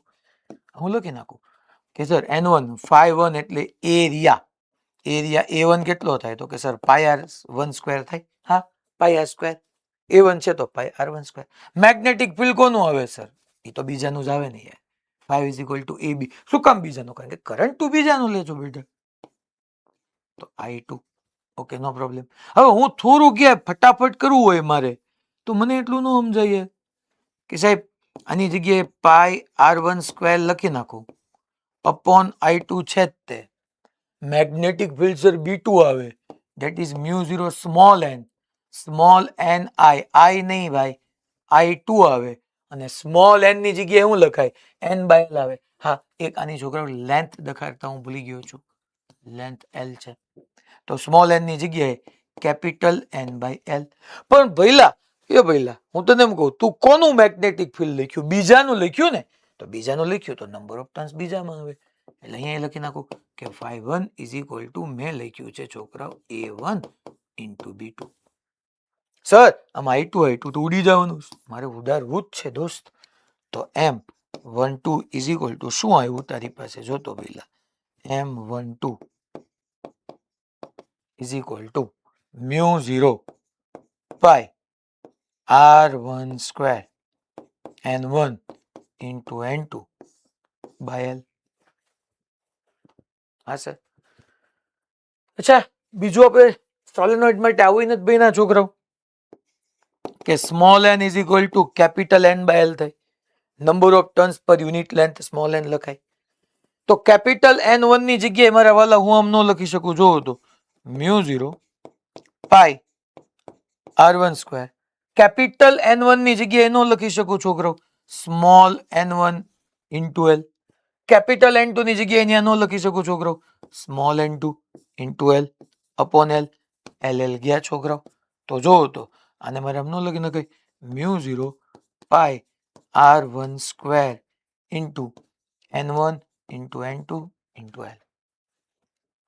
બે રીતે ચાલે છોકરા, આખું ઇક્વેશન તમને યાદ હોવું જોઈએ, બધું ચાલે.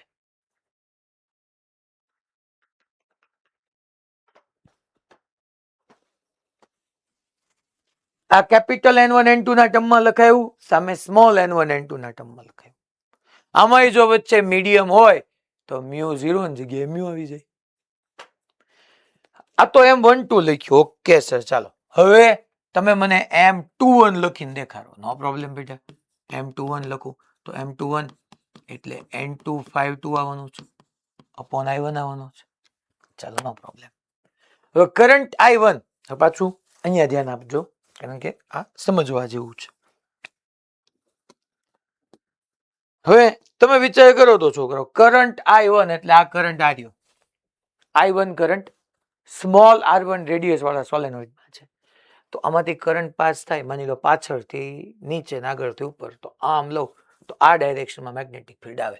બટ આ I1 કરંટ કેરિંગ સોલેનોઇડને કારણે મેગ્નેટિક ફિલ્ડ એટલામાં આમ આવશે, આમ આમ આમ, ટૂંકમાં આ બધી જગ્યાએ આમ આવશે. આટલું તો આપણને સમજાય જ તે. હવે ફ્લક્સ શેમાં આવશે છોકરો? ફ્લક્સ બીજા સોલેનોઇડમાં. બીજો સોલેનોઇડ એટલે જેની રેડિયસ લાર્જ છે, લાર્જ, તો આટલામાં આટલામાં ફ્લક્સ, આટલામાં ફ્લક્સ, આટલામાં ફ્લક્સ, આટલામાં, આટલામાં, આમ આમ આમ આવશે આખામાં. તો વિચાર કરો કે તમે કરંટ ફર્સ્ટમાં લઈ રહ્યા છો એટલે મેગ્નેટિક ફિલ્ડ એટલા રિજિયનમાં જ આવશે, એટલા રિજિયનમાં જ મેગ્નેટિક ફિલ્ડ આવશે. તો મારે ફ્લક્સમાં એરિયા આખો A2 લખવું કેમ? ગલકું એ છે કે ખરેખર મેગ્નેટિક ફિલ્ડ એટલામાં જ છે અને મારે ફ્લક્સ એટલા આખામાં લેવાનું છે, તો એરિયા આખાનો ન આવે ને. હા, φ2 = મૂકવાનું A2 જ આવે, એમાં કઈ નહીં, કારણ કે અહીંયા φ1 હતું A1 આવે, φ2 હતું A2 આવે. પણ ખરેખર કરંટ તમારો જે આ સોલેનોઇડમાંથી પાસ થાય છે, કરંટ જે તમારો પાસ થાય છે એને કારણે મેગ્નેટિક ફિલ્ડ એટલા રિજિયનમાં છે અને એરિયા તરીકે મારો ક્રોસ સેક્શનલ એરિયા એટલો લાર્જ લેવાનો છે. તો આ બધા સાથે તો મેગ્નેટિક ફ્લક્સ લિંક થવાનું જ નથી, કારણ કે સોલેનોઇડ નાનો છે. નાના સોલેનોઇડમાં કરંટ છે તો સોલેનોઇડની બહાર તો મેગ્નેટિક ફિલ્ડ ઝીરો હોય નહીં, આપણે માનીને ચાલીએ છીએ, અને અંદર યુનિફોર્મ. તો ખરેખર આખા A2 એરિયા નથી લેવાનો, આખો A2 લેવાનો જ નથી. A2 માં એટલો જ પાર્ટ લેવાનો છે કે જેનો એરિયા A1 છે. મીન્સ કે અહીંયા φ2 ની જગ્યાએ πr1² જ આવવાનું છે. અને બધાને જાઓ તો ટૂંકમાં ડખો શું થયો? ડખો એટલો થયો છોકરાઓ કે એસ પર કોન્સેપ્ટ મારે અહીંયા N2 ઓકે, φ2 ની જગ્યાએ A2 મૂકવું પડે, બટ A2 એટલે આટલો લાર્જ એરિયા થઈ ગયો, એટલા લાર્જ એરિયામાં મેગ્નેટિક ફિલ્ડ છે જ નહીં, કારણ કે કરંટ નાના સોલેનોઇડમાંથી છે, તો મેગ્નેટિક ફિલ્ડ એટલા જ રિજિયનમાં આવે. તો મારે πr2² મૂકવાનું કેમ? કારણ કે ફ્લક્સ લિંક ક્યાં πr2² સાથે થાય છે? ફ્લક્સ લિંક તો πr1² સાથે થાય છે. એટલે ખરેખર મારે અહીંયા મૂકવાનું આવશે πr1² into b1 upon I1, અને હું કહી દઉં કે φ2 = ખરેખર A2 into b1 જ આવે, બટ A2 સાથે ફ્લક્સ લિંક થતું નથી એટલા માટે મેં A1 લીધું. આમાંથી શું કામ લીધું એ મેં તમને સમજાવ્યું. A1 છે. બસ વેલ્યુ પુટ કરો છોકરો, જોવો તો M21 = N2 πr1² upon I1, અને આની જગ્યાએ લખી નાખો μ0 સ્મોલ n, સ્મોલ n ની જગ્યાએ કેપિટલ N/L into I નહીં, I1 છે તો N1 આવશે, I1 ગયા. સિમ્પ્લિફાઈ કરો, જો છોકરા પાછું આવે કે નહીં. μ0 πr1² N1 into N2/L આવી ગયું. જો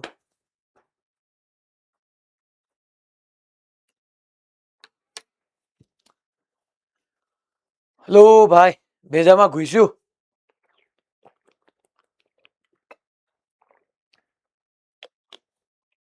મેં અહીંયા φ2 માં એરિયા πr2² કેમ ન લીધો? જો જે ક્રેમ કરીને ગયા નહીં તો મેરા કન્ફ્યુઝનમાં જ મુકાઈ જાય. ધરો πr1² લેવું, πr2² લેવું. અહીંયા મેં πr1² શું કામ લીધું તમને ખબર પડવી જોઈએ. ફોર્મ્યુલા નથી બદલાઈ ગઈ, મારે આટલા એરિયામાં જ મેગ્નેટિક ફ્લક્સ લિંક થાય છે, આખામાં થતું જ નથી, મારે એટલો જ એરિયા લેવો પડે.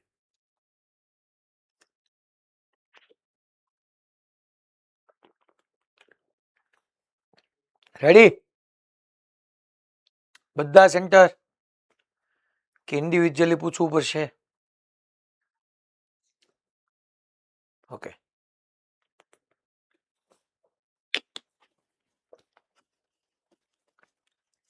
તો કામની વાત હતી.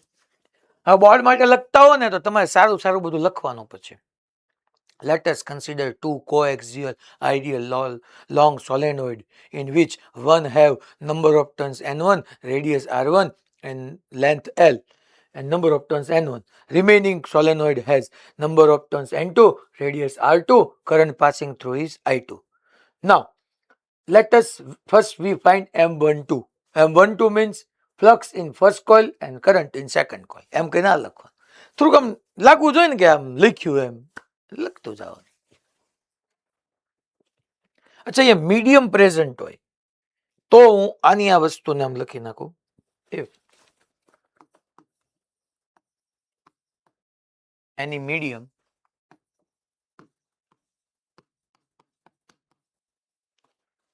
is present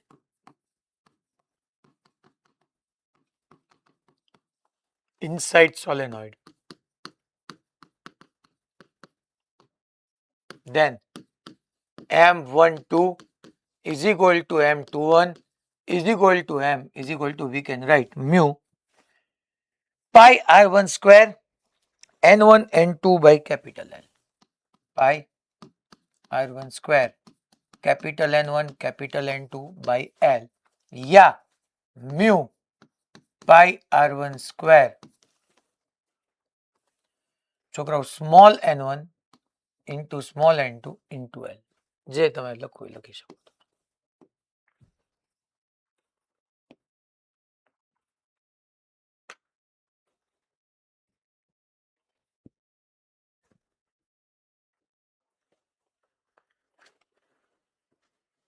હવે આપણે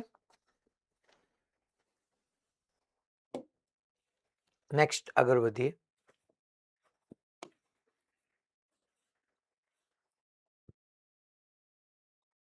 કન્ટિન્યુટીમાં છોકરાઓ આપણે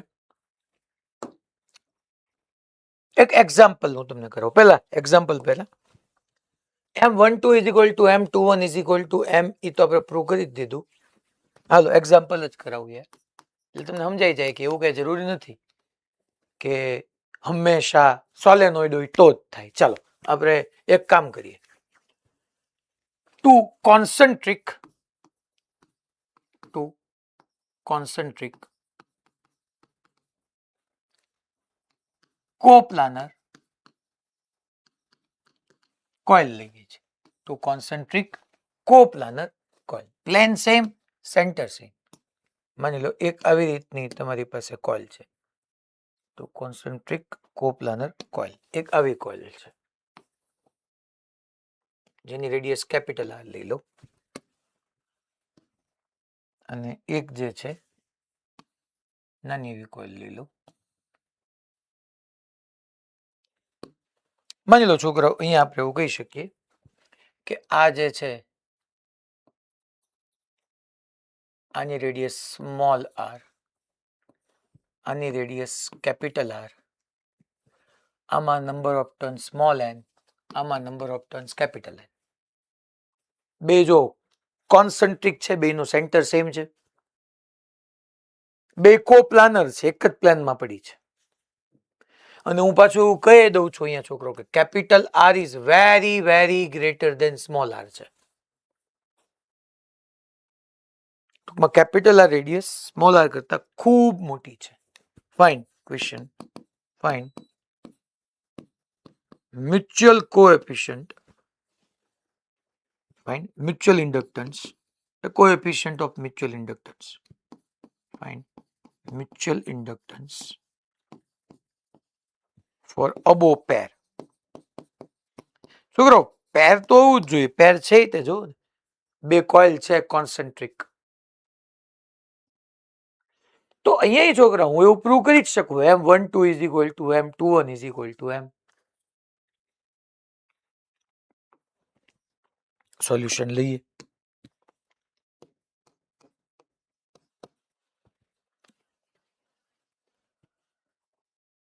ટુ કોન્સન્ટ્રિક કોપ્લાનર કોઇલ. છોકરો આપણે મ્યુચ્યુઅલ ઇન્ડક્ટન્સ માં હવે આપણને તરત યાદ આવવું જોઈએ, સેલ્ફ નથી ભાઈ, મ્યુચ્યુઅલ છે. એટલે ગમે એકમાં કરંટ ને બીજામાં ફ્લક્સ લઉં એ મ્યુચ્યુઅલ.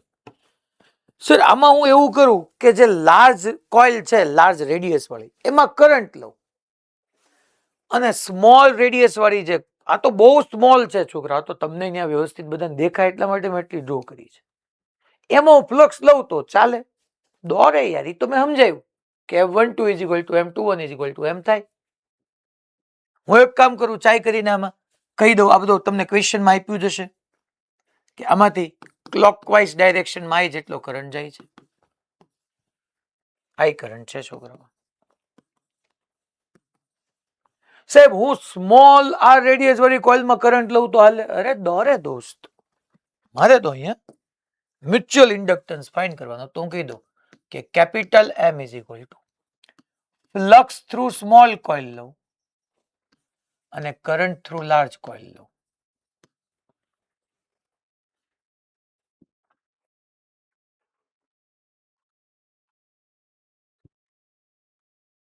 તો હું વાંધો? કાંઈ વાંધો નહીં, બે આપણે તો લેવું જ પડે. હાલો ફ્લક્સ, તો પાછું આપણે લખવાનું ફ્લક્સ થ્રુ સ્મોલ કોઇલ. તો એરિયા કોનું આવશે?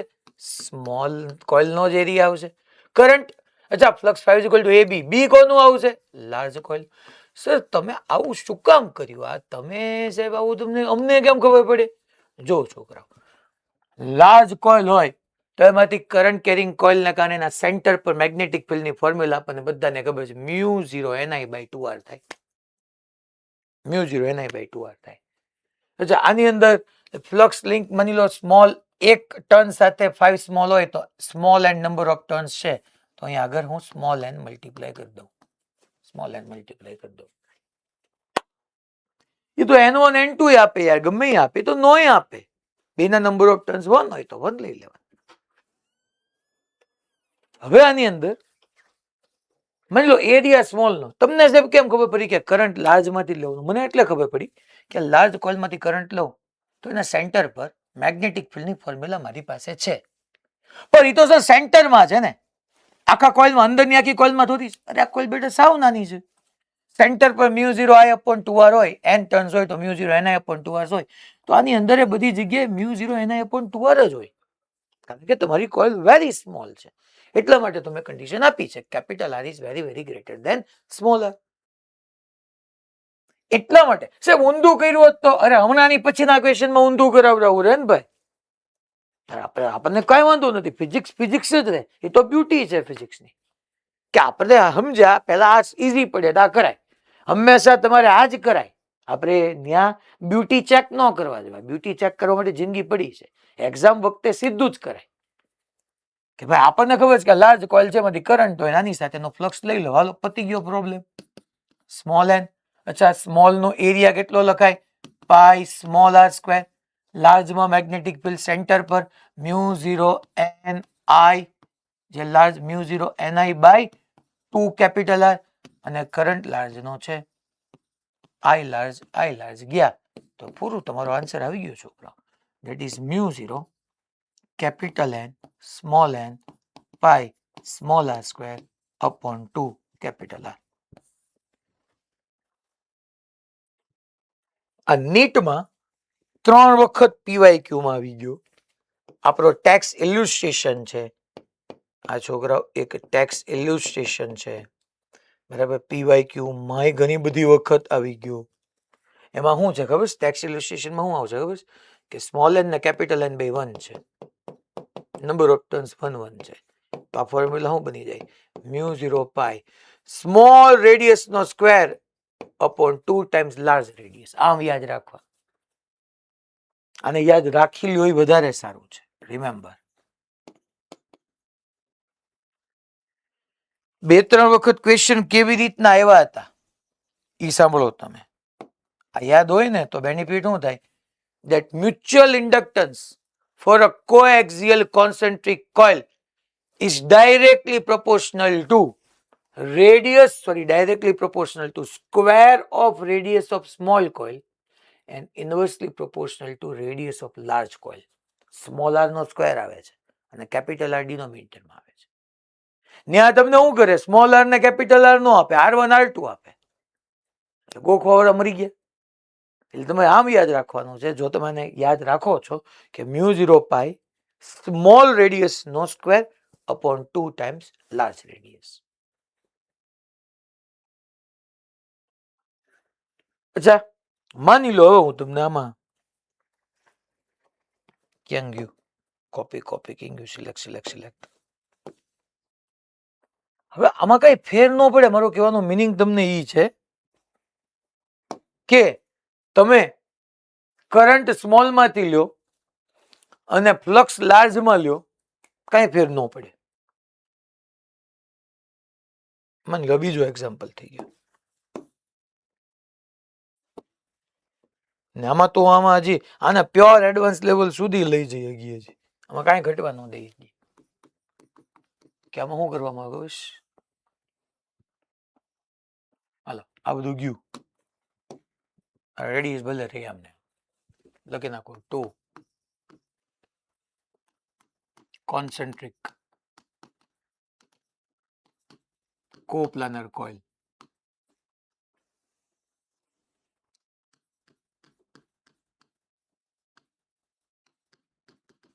Concentric coplanar coil.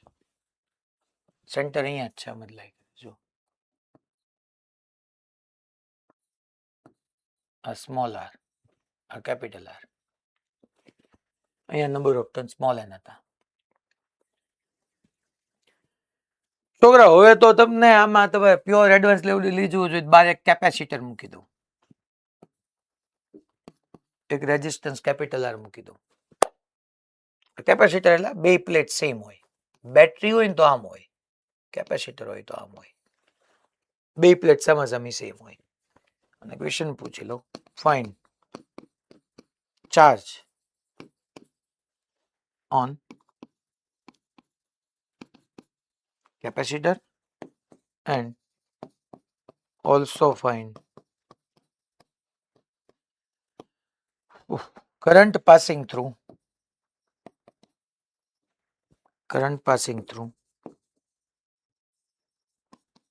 RNC.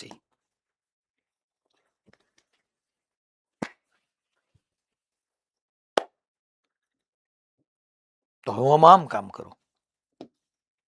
હવે તમને સમજો, મેં કરંટ પાસિંગ થ્રુ RNC કહી દીધું, રેઝિસ્ટર એન્ડ કેપેસિટર. એ તો બે સિરીઝમાં જ દેખાય છે, એન્ડ ટુ એન્ડ જ છે. તો બેમાંથી કરંટ સેમ થવા. સાહેબ આમાં ઓલું કરી નાખું ને 12માં કોઇલ કરંટ લઈ લો. ના ના, તો આ ક્વેશ્ચન જ ન બને. હવે ક્વેશ્ચનમાં હું થઈ ગયો, હું તમને ગિવન હશે, હાલો આ તમને હું એમ કીધું કાંઈ આપ્યું જ છે, કરંટ તમારે અંદરમાં જ લેવાનો છે, કરંટ અહીંથી જ લેવાનો છે. શું થયું યાર? કરંટ અહીંથી જ પાસ થતો લેવાનો છે. બાકી કોઈ કહેશે 12માં કરંટ લઈ લો તો સીધે સીધું થઈ જાય ને કામ. નહીં બધા પ્રશ્નની અંદર એ છે કે તારે કરંટ આપણું કોએક્સિયલ કોઇલ છે, અને હું હવે આનું સોલ્યુશન તને કહું તો તું વિચાર કરવાનું શરૂ કર કે કરંટ બહારમાં હોય ને ફ્લક્સ અંદર હોય, કે કરંટ અંદરની કોઇલમાં હોય ને ફ્લક્સ બહારની કોઇલમાં હોય, કાંઈ ફેર ન પડે. આપણે મ્યુચ્યુઅલ ઇન્ડક્ટન્સ ભણી જ ગયા હતા છોકરાઓ કે M12 હોય કે M21 હોય એ ફિક્સ જ રહે. તો મને ખબર જ છે કે એમની વેલ્યુ આપણે ફાઇન્ડ કરીને આવ્યા, mu 0 capital N small n pi small r square, mu 0 capital N small n pi small r square upon 2 capital R. આ જ રહે છોકરાઓ. હવે તો કે તમે જોવા જાઓ કે કરંટ હું નાની કોઇલમાં લઉં છું તો flux through bigger coil, flux big કોઇલની અંદર છે. ફ્લક્સની ફોર્મ્યુલા આપણે આમાં શું ભણ્યા હતા છોકરાઓ? M times I into small coil. Flux in big coil is equal two M times current in small coil. Sir પણ એમ નહીં, તો તમને વાંધો શું છે? હાલો મને કહું હમણાં, તમે જો ચિંતા કેમ કરો છો? Flux in bigger coil capital M is equal to capital M ની વેલ્યુ પુટ કરી દો, mu 0 capital N small n pi small r square 2 capital R current in small coil. બસ પૂરું થઈ ગયું. અને હું એમ કહું મારા વાલા કે આ તમારો કરંટ ફંક્શન ઓફ ટાઈમ છે. અંદરની કોઇલમાંથી પાસ થતો કરંટ ટાઈમ સાથે વેરી થાય છે. ના હોય? અરે છે. જો કરંટ ટાઈમ સાથે વેરી થાય તો બિગ કોઇલની અંદરથી પાસ થતું ફ્લક્સ બી ટાઈમ સાથે વેરી થાય, અને ટાઈમ સાથે ફ્લક્સ ચેન્જ થાય તો એમાં EMF આવે. તો EMF ઇન બિગર કોઇલ, તો EMF in big coil is equal to mod of d5 by dt હું લખી નાખું, અને E big is equal to અહીંયા વેલ્યુ પુટ કરો તો mu 0 constant, capital N constant, small N constant, pi radius નો square constant, 2 capital R constant, D by DT of I આવી જાય છોકરાઓ. માની લો કરંટ ચેન્જ થાય છે, I is equal to I0 cos omega T, I is equal to I0 sin omega T, I is equal to I0 e raise to minus small T by 2. જે રીતે તમારું current તમને function આપ્યું હોય, current change થાય એટલે એનું differentiation કરો એટલે તમને છોકરાઓ અહીંયા બિગ કોઇલની અંદર EMF મળી જાય. બિગ કોઇલની અંદર EMF મળી જાય એટલે બિગ કોઇલની અંદર બેટરી બની જાય. આવી બેટરી મેં બહારથી આપી નથી, આવી બેટરી હું વિચારી શકું. EMF ઇન્ડ્યુસ થવાની બેટરી આવી ગઈ. અને તમે જોવા જાઓ તો બિગર કોઇલ માટે અહીંયા છોકરાઓ આખે આખી એક સર્કિટ તૈયાર થઈ ગઈ. આ એક બેટરી આવી ગઈ. સર આ બેટરી ક્યાંથી તમે કનેક્ટ કરી? અરે નારે ના, આ કનેક્ટ નથી થઈ. અંદરની કોઇલના ટાઈમ વેરાઈંગ કરંટને કારણે બિગર કોઇલ સાથે થતું ફ્લક્સ ટાઈમ સાથે વેરી થાય અને બિગર કોઇલમાં ફ્લક્સ વેરી થાય તો છોકરાઓ બિગર કોઇલમાં EMF આવે. That is battery due to induce EMF. અને સાથે સાથે આ એક રેઝિસ્ટર છે અને અહીંયા એક કેપેસિટર તો છે જ તે. તો આ સિરીઝ RC સર્કિટનું ચાર્જિંગ ડિસ્ચાર્જિંગનો કેસ થઈ ગયો. અહીંથી તમારું ચેપ્ટર નંબર 2 વાળો ચાર્જિંગ ડિસ્ચાર્જિંગનો પોર્શન શરૂ થઈ ગયો.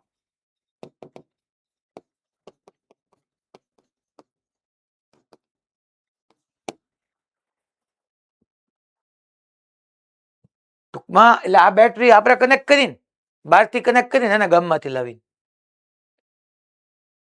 આ બેટરી ક્યાંથી આવી? આ બેટરી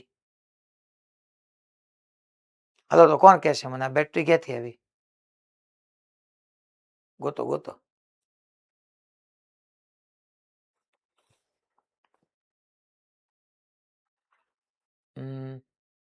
હા, જુનાગઢમાંથી માતાજી.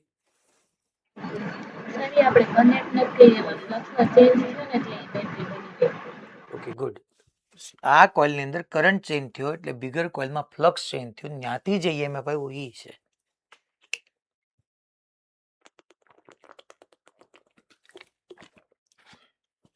તો અહીંયા M12 is equal two M21 is equal two M જ થાય. કહેવાનો મિનિંગ એમ છે. હવે શરૂ કર્યું જ છે તો હજી એક થઈ જાય લ્યો. હું તો તમને આપણે તો આમાં ગમે એ પૂછી શકે તમને.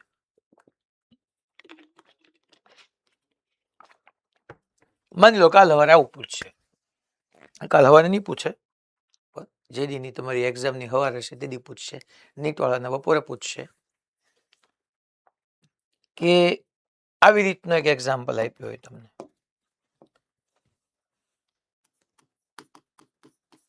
માની લો એક અહીંયા ઇન્ફાઇનાઇટલી લોંગ કરંટ કેરિંગ વાયર હોય. આ એક છોકરો ઇન્ફાઇનાઇટલી લોંગ કરંટ કેરિંગ વાયર છે.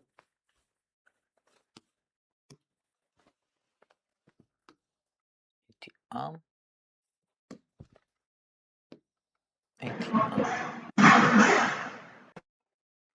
કોણ જાય ગયું?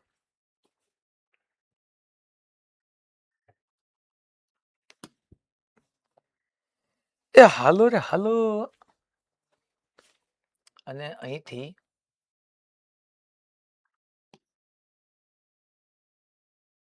x જેટલા ડિસ્ટન્સે એક આપણે આવું સ્ક્વેર લૂપ મૂકી દઈએ. અહીંથી છોકરો I જેટલો કરંટ પાસ થાય છે. અહીંથી x જેટલા ડિસ્ટન્સે ગયા ને આવું આપણે છોકરાઓ અચ્છા અહીંથી એ ડિસ્ટન્સ રાખીએ એટલે ઓલું x ઇઝી પડે એમ. અહીંથી એ જેટલા ડિસ્ટન્સે આ છે અને છોકરાઓ આ L લેન્થ લઈ લઈએ અને h હાઈટ લઈ લઈએ, રેક્ટેન્ગ્યુલર લૂપ લઈ લઈએ. હાલો ને ભાઈ, અને હું ક્વેશ્ચન પૂછી લઉં. Fine mutual inductance for above condition above situation. માની લો આ સિચ્યુએશનમાં હું તમને મ્યુચ્યુઅલ ઇન્ડક્ટન્સ પૂછી લઉં તો આપણને તો ખબર જ છે મ્યુચ્યુઅલમાં એકનો કરંટ ને બીજાનો ફ્લક્સ. હવે આમાં તો હું ફિક્સ જ છે કે મારે કરંટ તો છોકરા ઇન્ફાઇનાઇટલી લોંગ વાયરનો જ લેવાનું છે, પણ તોય જિંદગીમાં ડખા થઈ જાય એવું છે. કારણ કે ડખા એટલા માટે થઈ જાય એમ છે કે પહેલો જે આપણે ઇન્ફાઇનાઇટલી લોંગ વાયરમાંથી કરંટ લઈએ એને કારણે આખી તમારી રેક્ટેન્ગ્યુલર કોઇલમાં ફ્લક્સ યુનિફોર્મ રહેવાનું નથી. ફ્લક્સ ચેન્જ થતું રહે છે યાર. તો શું કરશું સર? એટલે m is equal two 5/I. ઈ તમને ખબર પડી જાય કે આનો કરંટ ને આનું ફ્લક્સ, આનું ફ્લક્સ કેટલું ટોટલ, એટલે પહેલા મારે ટોટલ ફ્લક્સ ફાઇન્ડ કરવા જવું પડશે. અને ઈ ફ્લક્સ ફાઇન્ડ કરવું એટલે આપણો ચેપ્ટર નંબર 4, આપણે ચેપ્ટર 4 માં ફ્લક્સ ફાઇન્ડ કરતા શીખવાડ્યું હતું. એટલે હવે હું થોડોક સમય જે ભણાવું છું કે આ ક્વેશ્ચનમાં જે કઈ નવું હતું એ આવી ગયું કે આમાં 5/I કરવાનું હતું. બાકી તો આપણો રિપીટેડ પાર્ટ જ છે કે જેમાં આપણે એવું સમજ્યા હતા કે પેલા ભાઈ વાયર થી બકા તું x જેટલો ડિસ્ટન્સ જા અને એક સ્ટ્રીપ લે દોસ્ત કે જેની લેન્થ dx હોય, જેની હાઈટ તો h છે, એટલે એરિયા તને ખબર પડી જાય. આ dx વિથ વાળી એક સ્ટ્રીપ લે, પેલા flux passing through strip find કર. હવે કહીએ યાર અહીંયા કે ભાઈ સોલ્યુશનમાં magnetic flux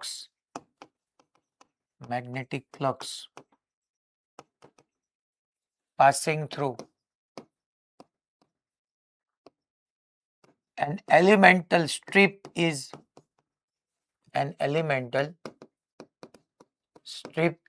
that is d5.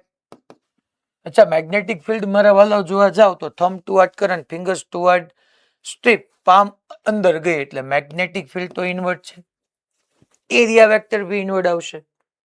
તો b ઇન્ટુ a કરીએ તો હું કરંટ લખું μ0I upon 2πx, sorry magnetic field μ0I upon 2πx, અને આનો એરિયા લખશું h dx.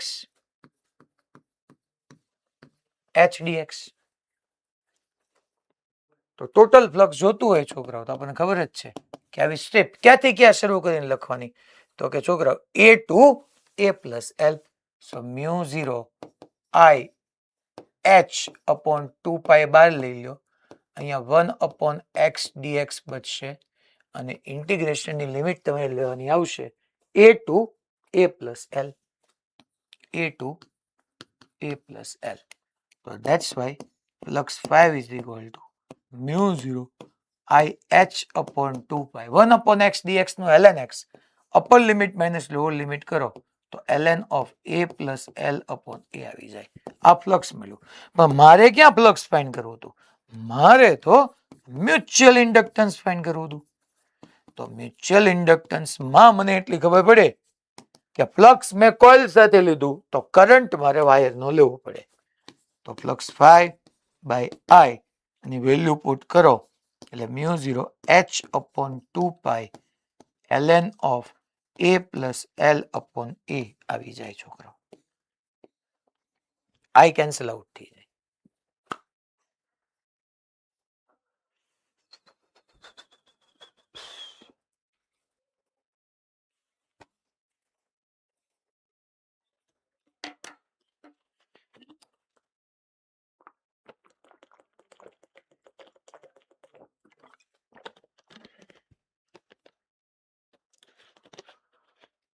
બોલો ભાઈ બોલો. રેડી?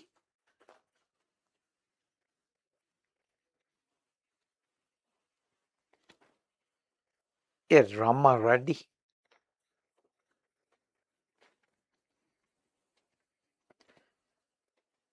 હવે આપણે relation between mutual inductance and self inductance બે વચ્ચે થોડુંક કનેક્શન છે, તો જીવનમાં એને સમજીએ. હેડિંગ આપી દઈ નેક્સ્ટ. રિલેશન બિટવીન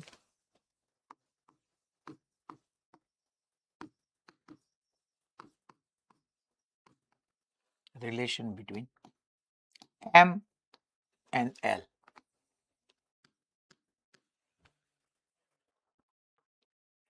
માની લો છોકરાઓ મેં એક આવું ઇન્ડક્ટર લીધું છે.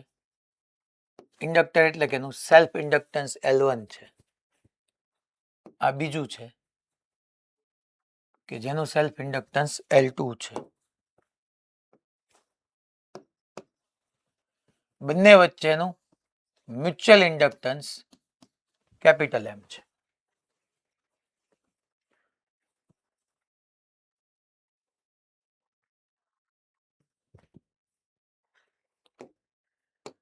હવે આ L1 આ L2 મ્યુચ્યુઅલ ઇન્ડક્ટન્સ M. આપણે એક કામ કરીએ, આનું બે વચ્ચેના રિલેશન માટેનું છોકરાઓ પ્રૂફ આપ્યું છે મોડ્યુલમાં છે, પણ કઈ કામનું નથી. છેલ્લે તમારું રિલેશન ખબર હોવી જોઈએ કે આ M ઇઝ ઇક્વલ ટુ થાય છે K times under root of L1 L2 where K is known as coupling constant.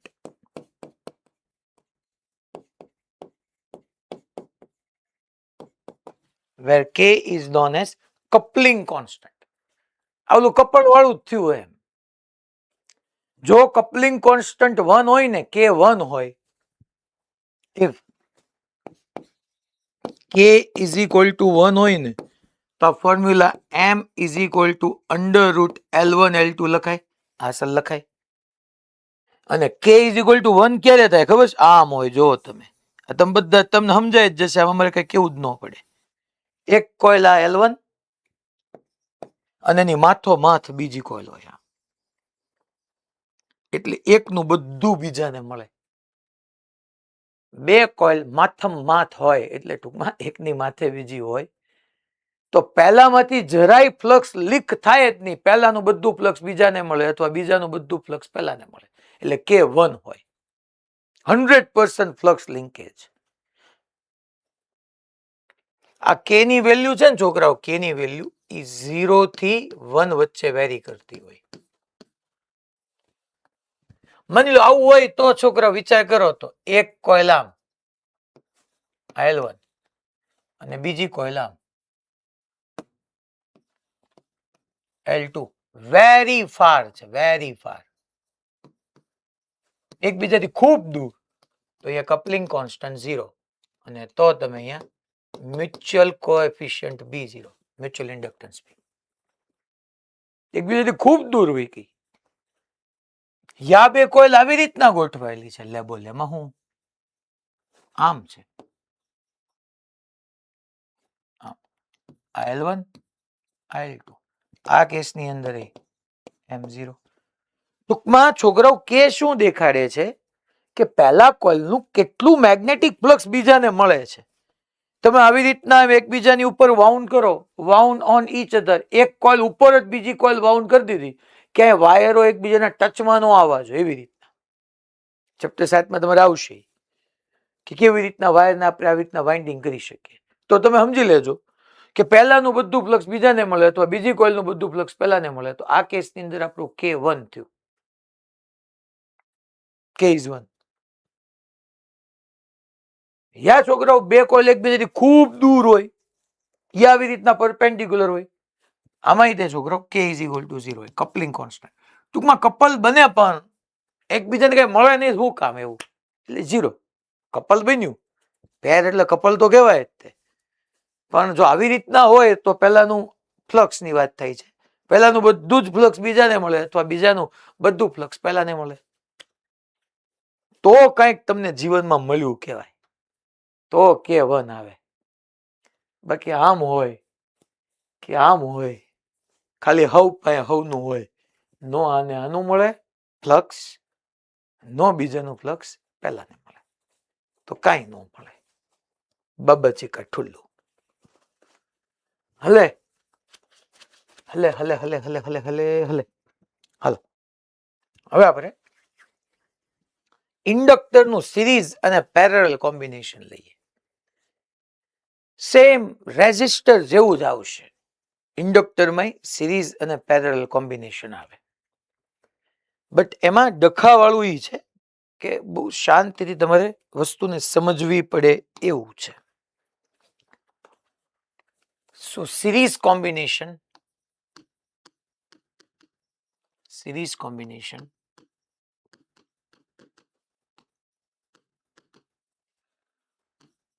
of an inductor,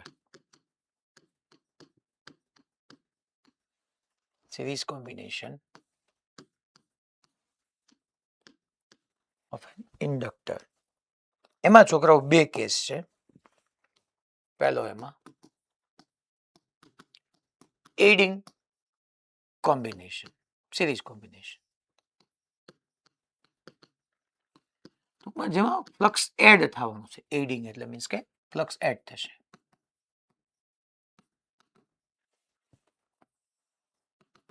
બીજું ઓપોઝિંગ આવશે. છોકરાઓ સિરીઝ નો મિનિંગ તો એ જ રહેશે કે તમે બે ઇન્ડક્ટર લીધા અને એન્ડ ટુ એન્ડ કનેક્ટ કરી દીધા. મિનિંગ ઈ જ તે છોકરા. આનું સેલ્ફ ઇન્ડક્ટન્સ L1, આનું સેલ્ફ ઇન્ડક્ટન્સ L2, બેને આપણે એન્ડ ટુ એન્ડ જ કનેક્ટ કરીએ છીએ. L1 ને L2 ને. L1 L2.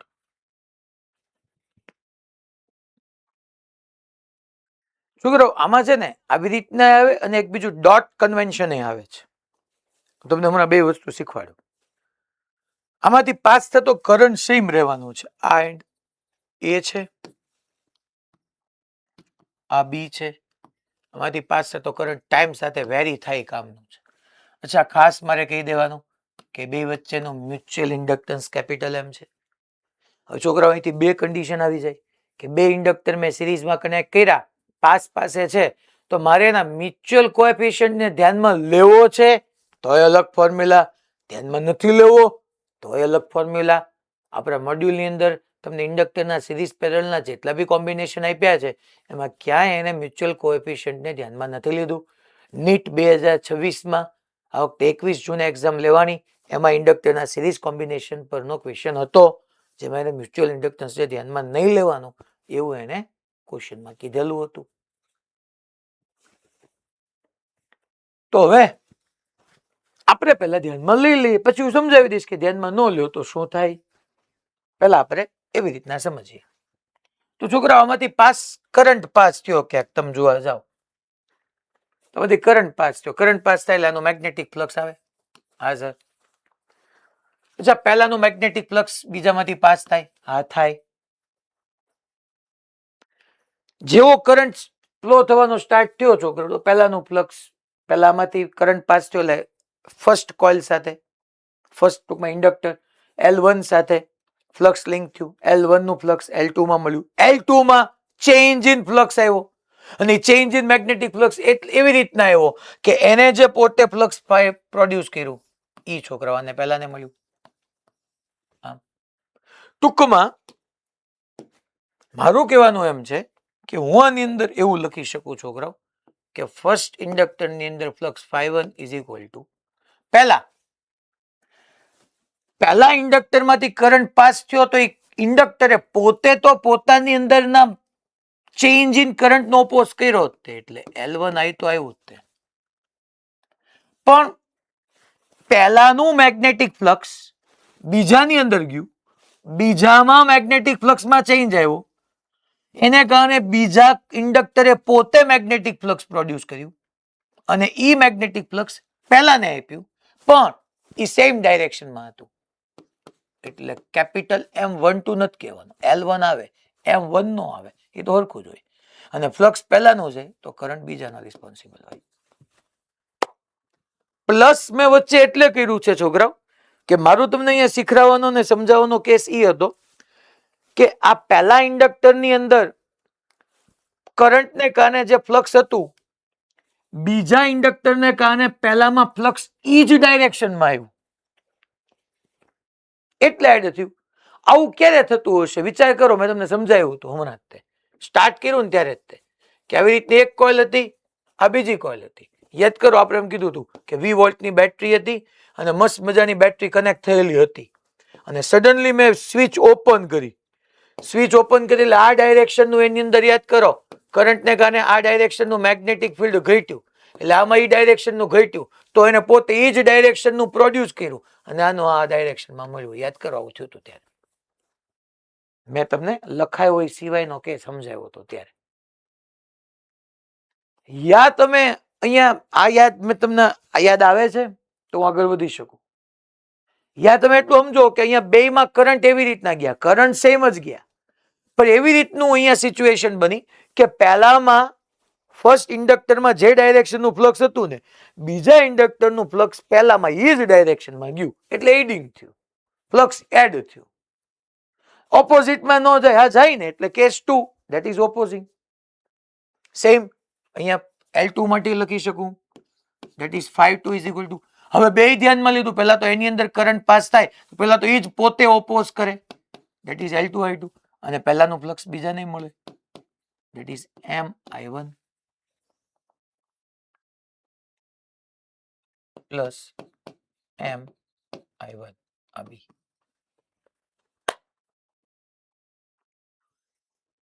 અથવા છોકરાઓ આને તમે આમ બી સમજી શકો, આને તમે આ રીતે બી કન્સિડર કરજો કે આ એડિંગ કોમ્બિનેશન હોય ને એટલે એમાં આમ હોય.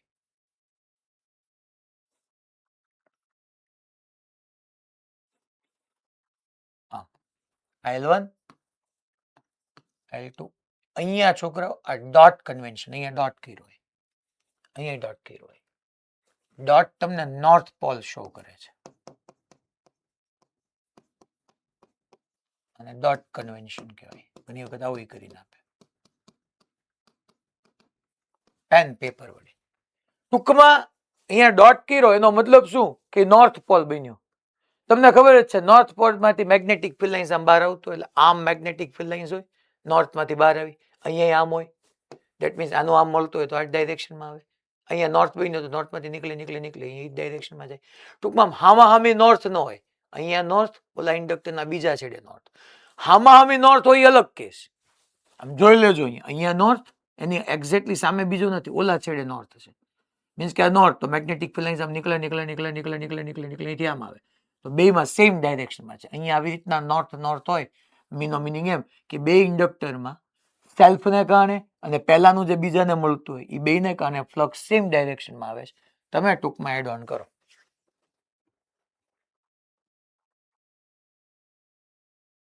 હવે છોકરાઓ બસ સિમ્પલ બધી ડિસ્કશન છે આપણું. હું A to B Kirchhoff's voltage law apply કરું, એપ્લાય KVL,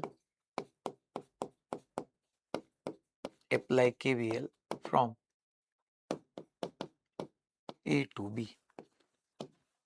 ચલો A થી સ્ટાર્ટ કરીએ એટલે VA કરંટની ડાયરેક્શનમાં ગયા એટલે માઇનસ L1 di/dt, કરંટની ડાયરેક્શનમાં ગયા માઇનસ L2 di/dt, બી પાસે પહોંચ્યા is equal to VB. Sir આમાં તમે તો કીધું તું ને કે કરંટની ડાયરેક્શનમાં જતા હોય તો આમાં કઈ જરૂર નથી, જેથી એન્ટર થાય ને પ્લસ ને બહાર આવે માઇનસ. મેં તમને બે રીતે સમજાવ્યું હતું.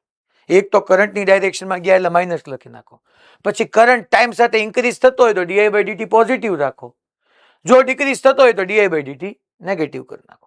હવે અહીંયા મને ખબર જ નથી કરંટ ઇન્ક્રીઝ થાય કે ડિક્રીઝ થાય છે, એટલે હું સિમ્પલ લોજિક થઈ ગયો. એ થી સ્ટાર્ટ કર્યો VA, કરંટની ડાયરેક્શનમાં ગયા માઇનસ L1 di/dt, કરંટની ડાયરેક્શનમાં ગયા minus L2 di/dt is equal to VB. તો છોકરાઓ VA minus VB is equal two, અચ્છા સર આ તમે અહીંયા કેમ M di/dt કેમ ન લખ્યું? સર અહીંયા કેમ M di/dt નો આવ્યું? સર જો હવે તમે સમજી લો, આમ હું લખું L di/dt લખ્યું તો ધેટ મીન્સ કે મેં L1 L2 ને જ કન્સિડર કર્યું છે, મેં M ને કન્સિડર નથી કર્યું. નો પ્રોબ્લેમ, તો હું એક કામ કરું, અહીંયા હું લખી નાખું d5/dt, d5/1/dt, અહીંયા હું લખી નાખું d5/2/dt, નો પ્રોબ્લેમ, d5/2/dt. ખાલી એકલું હવે મારે બેયનું સાહેબ તમે એમ નહીં, તમે શું કીધું કેમ ચેકીના લખી નાખ્યું? મેં તમને કીધું ને મારે એના મ્યુચ્યુઅલ ઇન્ડક્ટન્સ ને કન્સિડર કરવું છે તો ફ્લક્સ ની અંદર હવે અહીંયા 5 1 5 2 વેલ્યુ મૂકીશ તો જો એમ આવી જશે, બાકી આપણે જ ગયા. વાત તો એ જ આવી છોકરો, V1 minus V2 sorry VA minus VB is equal to d5/1/dt, no problem sir, plus d5/2/dt, no problem at all. ચલો ભાઈ વેલ્યુ પુટ કરીએ, VA minus VB. સર 5 1 ની જગ્યાએ આપણે શું મૂકશું? 5 1 ની જગ્યાએ 5 1 ની જગ્યાએ મૂકી દો ભાઈ L1I plus M2I, એમાં L1I plus M2I not I2. અચ્છા અહીંયા I1 I2 એટલા માટે હું નથી કહેતો છોકરાઓ કારણ કે બેયમાં કરંટ કેવા હશે સેમ, એટલે I1 I2 ની જરૂર નથી કારણ કે સિરીઝમાં છે એટલે કરંટ સેમ જ હોવાના. તો 5 1 ની જગ્યાએ હું મૂકી દઉં મારા વાલાઓ, 5 1 ની જગ્યાએ. અચ્છા કોણ કોમન આવશે હે છોકરાઓ? તો કે ભાઈ અહીંયા આપણને એવું લાગે છે કે આ L1I કીધું અને મેં MI કીધું, હું 5 1 મૂકું તો I as it is રહેશે, આઈ આપણો બહાર આવી જશે ને L1 પ્લસ એમ આવશે. એટલે પહેલા આમ નામ રાખો D by DT of phi1 ની જગ્યાએ L1 plus M into I plus છોકરાઓ D by DT of phi2 ની જગ્યાએ અચ્છા phi2 ની જગ્યાએ અહીંયા I2 નહીં આવે કારણ કે આપણું ડિસ્કશન તો સિરીઝમાં છે તો કરંટ સેમ રહેવાનું છોકરાઓ. તો L2 પ્લસ એમ ઇન્ટુ આઈ છોકરાઓ VA minus VB is equal two છોકરાઓ ડીઆઈ બાય ડીટી ને બહાર લઈ શકું? હા સર, ડીઆઈ બાય ડીટી બહાર આવી જશે તો L1 plus L2 plus M 2m થઈ જશે.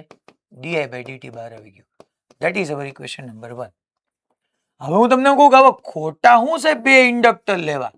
બે ઇન્ડક્ટર ની જગ્યાએ એક ઇન્ડક્ટર તમે એવું લઈ લો કે આ બે માંથી જેટલો કરંટ પાસ થાય એટલો આમાંથી પાસ થાય. બે ને ઇક્વિવેલન્ટ તમને L ઇક્યુ મળી જાય. બે ભેગા થઈને જે ઓપોઝ કરે એટલું ઓપોઝ આ એકલો એક ઇન્ડક્ટર કરી નાખે તો એને જ ઇક્વિવેલન્ટ કહેવાય. તો બે ની જગ્યાએ એક ઇન્ડક્ટર લીધું અને આ એન્ડ તમારો A, આ એન્ડ તમારો B. તો અહીંયા નો લખાય છોકરો VA માઇનસ ગયા D phi by DT is equal to VB. ચાલો સર, તમારે શું લખાય? VA minus VB is equal to D phi by DT. Sir હવે એક જ ઇન્ડક્ટર છે તો હવે તારે સમજી જવાય બેટા કે હવે મારે આ સ્ટેપને આમ ન લખાય સર, કારણ કે હવે તો એક જ, હવે મ્યુચ્યુઅલ ને તો કોઈ અવકાશ જ નથી. તો સિમ્પલ તું આમ લખ દોસ VA. ચાલ ભાઈ +2 માઇનસ ગયા તો હવે એક જ ઇન્ડક્ટર લ્યો તો L ડી બાય ડીટી મૂકી દે. પણ ભલા માણસ L નહીં, L equivalent D by DT no problem અને ઇઝ ઇક્વલ ટુ VB. તો અહીંયા VA minus VB is equal to L equivalent into D by DT. That is my equation number 2. Compare 1 and 2. Compare 1 and 2. યા 1 is equal to 2 કરો તો છોકરાઓ જો તો તમારી પાસે તો L equivalent is equal L equivalent into D by DT થશે is equal to L1 plus L2 plus 2m into D by DT આવશે મારા વાલાઓ. ડી બાય ડીટી કેન્સલ આઉટ થઈ ગયું અને તમારી પાસે સિરીઝ કોમ્બિનેશન માટે ઇક્વેશન આવી ગયું. L equivalent is equal to L1 plus L2 plus 2m. સિરીઝમાં જ્યારે ફ્લક્સ એડ થતું હોય ત્યારે જો બે આવ્યું, સેલ્ફ ઇન્ડક્ટન્સ આવ્યું, મ્યુચ્યુઅલ ઇન્ડક્ટન્સ આવ્યું. જો જે ક્રેમ કરશે એને ભેગું નહીં થાય. જેમ કે અહીંયા મેં L ડી બાય ડીટી લખ્યું ને અહીંયા મેં ડી ફાઈ બાય ડીટી લખ્યું. તો આપણે સમજવું પડે કે આ ફ્લક્સમાં ઇન્ડક્ટર ને હું મ્યુચ્યુઅલ ઇન્ડક્ટન્સ બેને ધ્યાનમાં લેતો હતો. હવે અહીંયા એક જ રહ્યું, અહીંયા ક્યાં પેર આવી જ તે, તો અહીંયા તો L ડી બાય ડીટી લખી નાખવાનું મારે.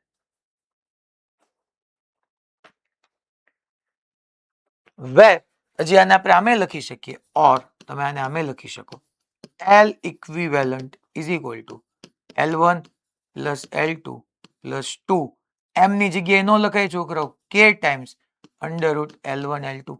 આમે હાલે જેમ મેં ભણાવ્યું હતું મ્યુચ્યુઅલ ઇન્ડક્ટન્સ અને સેલ્ફ ઇન્ડક્ટન્સ વચ્ચેનો રિલેશન.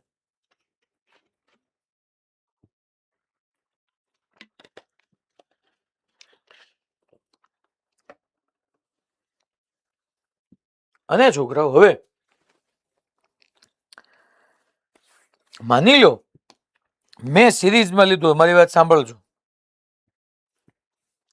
મેં બે ઇન્ડક્ટરને સિરીઝમાં લીધા આવી જ રીતના, પણ બહુ દૂર છે એકબીજાને, બહુ દૂર છે એટલે કે કેટલો થઈ જશે 0. અને જેવો કે 0 થઈ ગયો એટલે આ ટર્મ વહી ગઈ, એટલે હું મ્યુચ્યુઅલ ઇન્ડક્ટન્સને નેગ્લેક્ટ કર્યું કહેવાય. ઇફ we neglect M તો છોકરાઓ સિરીઝમાં રેઝિસ્ટર જેવું થયું. બે રેઝિસ્ટરને સિરીઝમાં કનેક્ટ કર્યા હતા તો R1 પ્લસ R2 નહોતું આવતું, એમ બે ઇન્ડક્ટરને સિરીઝમાં કનેક્ટ કરો તો L1 પ્લસ L2 આવે પૂરું. If we neglect mutual inductance, yeah, એની રીઝન એ હોય કે કે 0 હોય.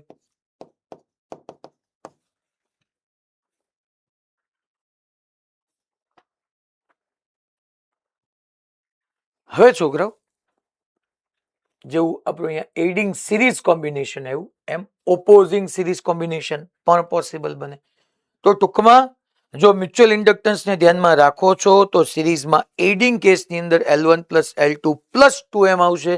મ્યુચ્યુઅલને ધ્યાનમાં નથી લેતા તો ખાલી L1 પ્લસ L2 આવશે. ચલો ઓપોઝિંગ.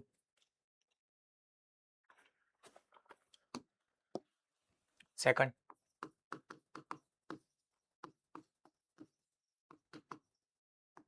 opposing series combination.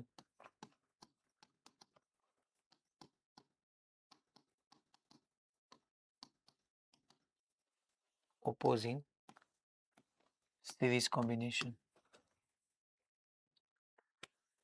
તો આપણે અહીંયા સમજીએ પાછા કે આવી રીતના બે ઇન્ડક્ટર હતા છોકરાઓ ગઈ નામ વન આફ્ટર અનધર હું એને કનેક્ટ કરી દઉં છું.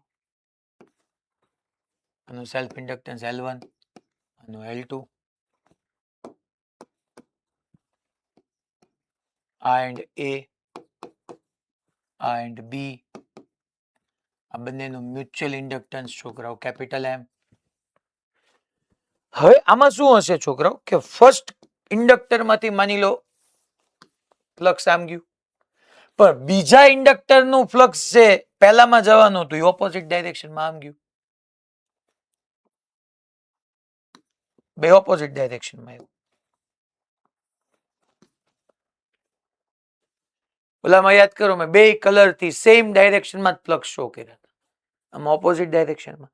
આ તો એક્ઝેક્ટ કેસ મેં તમને મ્યુચ્યુઅલ ઇન્ડક્ટન્સમાં સમજાવ્યો જ છે. તો અહીંયા છોકરાઓ આપણે phi1 ઇઝ ઇક્વલ ટુ લખી શકીએ L1I પણ ઓલાનું ઓપોઝિટ ડાયરેક્શનમાં ગયું એટલે minus MI. Sir I1 I2 નહીં સિરીઝ છે. અહીંયા લખી શકો phi2 ઇઝ ઇક્વલ ટુ આનું પોતાનું L2I પણ પહેલાને કારણે બીજામાં જે ફ્લક્સ ગયું એ ઓપોઝિટ ડાયરેક્શનમાં આવ્યું તો માઇનસ MI. યા તમે ડોટ કન્વેન્શનનો યુઝ કરતા હો આની અંદર તો એમાં છોકરા આ કેસ થઈ ગયો કે આવી રીતના બે ઇન્ડક્ટર તમે લીધા હોય તો એમાં અહીંયા ડોટ હોય ને એની સામે જ ડોટ હોય. જો ડોટ તમને કયો પોલ શો કરે તો કે સર ડોટ તમને નોર્થ પોલ શો કરે. તો આનો મિનિંગ શું થઈ ગયો કે નોર્થમાંથી મેગ્નેટિક ફિલ્ડ લાઇન્સ આના નોર્થમાંથી નીકળશે આમ જશે અને ઓલાના નોર્થમાંથી નીકળશે આમ જશે તો બેની અંદર એકબીજાના ફ્લક્સ ઓપોઝ કરતા હશે એટલે માઇનસ આવશે. એટલે રેડી જાગો તો છો ને બધા કે હુઈ ગયા છો? જાગીએ છો? અચ્છા સારું લ્યો. હવે આપણે A to B Kirchhoff's voltage law apply કરી દઈ. Apply KVL from A to B. હવે છોકરાઓ અહીંયા મારે એના L અને M બંનેને ધ્યાનમાં લેવા તો હું અહીંયા બેઝિક ઇક્વેશન એપ્લાય કરું that is minus d∅1 by dt Faraday's લોનું minus d∅2 by dt is equal to VB. તો અહીંયા છોકરા આપણે ન લખી શકીએ VA minus VB is equal to d∅1 by dt. phi1 ની જગ્યાએ શું લખીએ આપણે L1I minus MI plus d by dt. phi2 ની જગ્યાએ શું લખીએ છોકરાઓ L2I minus MI. That means કે VA minus VB is equal to હું આને એમ ન લખી નાખું છોકરાઓ કે ભાઈ L1 minus M into DI by dt અને પ્લસ આને એમ ન લખી નાખું છોકરાઓ L2 minus M into di by dt. That is my equation number 1.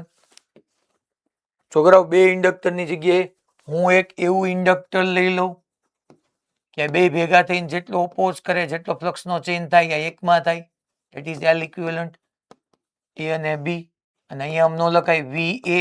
હવે છોકરાઓ d∅ by dt લખવાની જરૂર નથી કારણ કે એક જ ઇન્ડક્ટર લ્યું તો માઇનસ એલ નહીં, L equivalent D I by DT is equal to B પાસે પહોંચ્યા તો વીબી પાસ થતો કરંટ મેં કીધો જ છે. તો અહીંયા VA minus VB is equal to L equivalent into DI by DT ન કહી શકું. That is my equation number 2.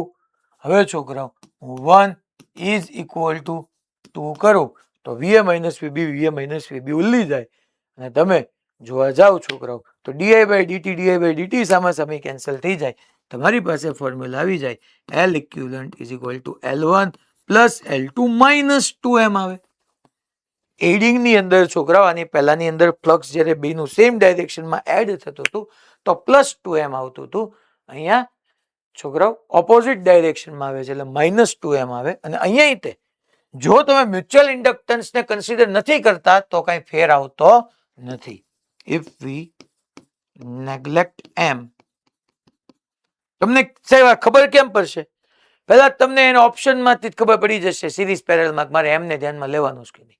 Standard ક્વેશ્ચનમાં એ કહેશે પણ ઘણી વખત તોય અમુક પીવાયક્યુ જૂનામાં તમને મળશે કીધું જ નહીં હોય તો જ્યાં સુધી નો કે ત્યાં સુધી લેવાનું નહીં અને કા ઓપ્શનમાં એમ આપ્યું હોય તો લેવાનું. નેગ્લેક્ટ તમે એમને નેગ્લેક્ટ કરો તો L equivalent is equal to L1 plus L2 આવી ગયું. જેટલા ઇન્ડક્ટર સિરીઝમાં હોય એ બધાના સેલ્ફ ઇન્ડક્ટન્સને એડ ઓન કરી નાખો.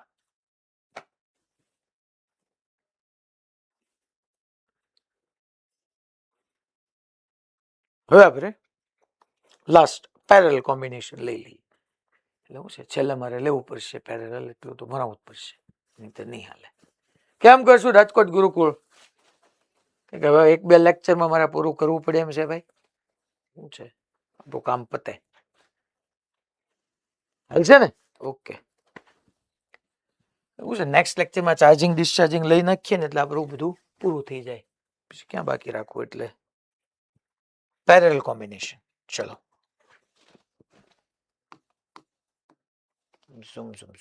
ઝૂમ.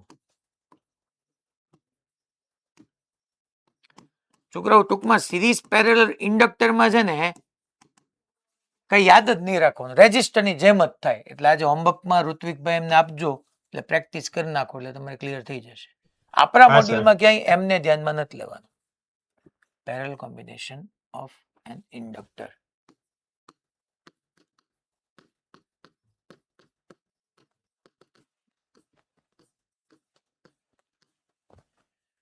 છોકરાઓ પેરેલલમાં તો એમ તમને એડવાન્સમાં નહીં પૂછે. હું તમને ફોર્મ્યુલા આપી દઉં બટ ક્યાંય તમે સોલ્વ કરશો તો પેરેલલમાં મ્યુચ્યુઅલ ઇન્ડક્ટન્સને ધ્યાનમાં લીધું હોય એવું નહીં મળે.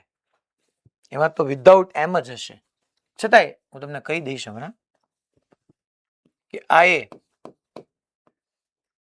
અહીંયા છોકરા એક આવું ઇન્ડક્ટર મૂકી દઉં જેનું સેલ્ફ ઇન્ડક્ટન્સ L1 છે અને બી હેન્ડ આ બીજું ઇન્ડક્ટર જેનું સેલ્ફ ઇન્ડક્ટન્સ L2 છે. બે છોકરાઓ પેરેલલમાં છે. આ એ હોય તો આપણને ખબર છે આ એ જ થાય, આ એ જ થાય, આ બી થાય, આ બી થાય. હું એમ દેખાડતો જ નથી તો મારે આમ ન લખાય છોકરાઓ હે કે VA minus VB is equal to minus of, ધ્યાનમાં લઉં છું એટલે L1 dI1 બાય ડીટી યા minus of L2 dI2 by DT. અહીંથી છોકરાઓ એ માંથી I જેટલો કરંટ એન્ટર થયો હોય તો અહીંયા I1 જાય ને અહીંયા I2 જાય. કારણ કે પેરેલલમાં કરંટ ડિસ્ટ્રીબ્યુટ થાય, સિરીઝમાં કરંટ સેમ રહે, પેરેલલમાં I1 I2 થાય છોકરો. સાહેબ તમે વીએ માઇનસ વીબી ને ઇક્વેટ કેમ કર્યા? કારણ કે ભણી ગયા છીએ આપણે કે L1 L2 બે પેરેલલમાં છે તો પેરેલલમાં પોટેન્શિયલ ડિફરન્સ સેમ રહે છોકરો, આપણને ખબર છે. તમે અહીંયા લખી નાખ્યું કે VA minus VB is equal to બેમાં પીડી સેમ રહે. L1 લખ્યું dI1 બાય ડીટી. સાહેબ આમાં તમે કેમ ઓલામાં કેમ ડી5 બાય ડીટી લખ્યું તું પછી 5 ની વેલ્યુ? આમાં બેટા એકલું L1 છે, હું એમને ધ્યાનમાં જ નથી લેતો. નહીતર મારે ફ્લક્સના ચેન્જ એવી રીતના જ લખવું પડે અને 5 ની વેલ્યુ પુટ કરવા જવી પડે. આમાં તો દોસ્ત યાર હું ક્યાં એમને ધ્યાનમાં જ લઉં છું. તો પછી એક જ ઇન્ડક્ટર છે, એનું સેલ્ફ ઇન્ડક્ટન્સ જ છે. તો L DI by DT minus મેં ધ્યાનમાં લીધું, તમારે નથી લેવું ન લેતા, કાંઈ વાંધો નહીં. અચ્છા માની લો બે ઇન્ડક્ટર હું કામ લેવા, એની જગ્યાએ એક ઇન્ડક્ટર લઈ લો. આવા બે ઇન્ડક્ટર ખોટા ખોટા શું લેવા, એની કરતા એક ઇન્ડક્ટર લઈ લી જેનું સેલ્ફ ઇન્ડક્ટન્સ આવું થાય, એલ ઇક્વિવેલન્ટ કહી દો એને. એમાંથી પાસ થતો કરંટ છોકરાઓ આ જ રહેવાનો. હવે તો અહીંયા આ એ અને આ બી વચ્ચે શું ડિફરન્સ આવે, that is my equation number 1. અહીંયા હું આમ ન લખી શકું છોકરો, that is VA minus VB is equal to L equivalent of D I by DT. અહીંયા તો છોકરાઓ ડી આઈ બાય ડીટી થવાનું છે. That is my equation number 2. કારણ કે અહીંયા તો એક જ ઇન્ડક્ટર છે તો કરંટ i1 i2 થવાનું જ નથી. સાહેબ આમાં કઈ તમે ભાઈ ને રખાવી અક્ષો કઈ મેળ નહીં પડે, ન જ પડે. હવે હું આમ ન લખી શકું છોકરાઓ બાય KCL,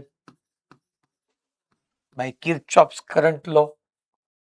હું ન લખી શકું total current I is equal two i1 plus i2. હા સાહેબ કહી શકો ને કે એ પાસે જેટલો કરંટ એન્ટર ગયો એ બે જગ્યાએ ગયો, i1 ને i2 માં. મારે ડીઆઈ બાય ડીટી ની વેલ્યુ મૂકવી છે તો બેને ઇન્ટિગ્રેટ કરું, સોરી બેને ટાઈમની રિસ્પેક્ટમાં ડિફરન્શિએટ કરું બંને સાઈડ. તો ડી1 બાય ડીટી પ્લસ ડી2 by DT, differentiate with respect to time both the side. અને હવે તમે તમને હળવું હળવું જોવો તો છોકરાઓ ડી1 બાય ડીટી ની જગ્યાએ હું વીએ માઇનસ વીબી આ minus of VA minus VB upon L1 નો મૂકી શકું. અહીંયા માઇનસ સાઇન અહીંયા કન્સિડર કરજો, ઉપર કરી છે એટલે.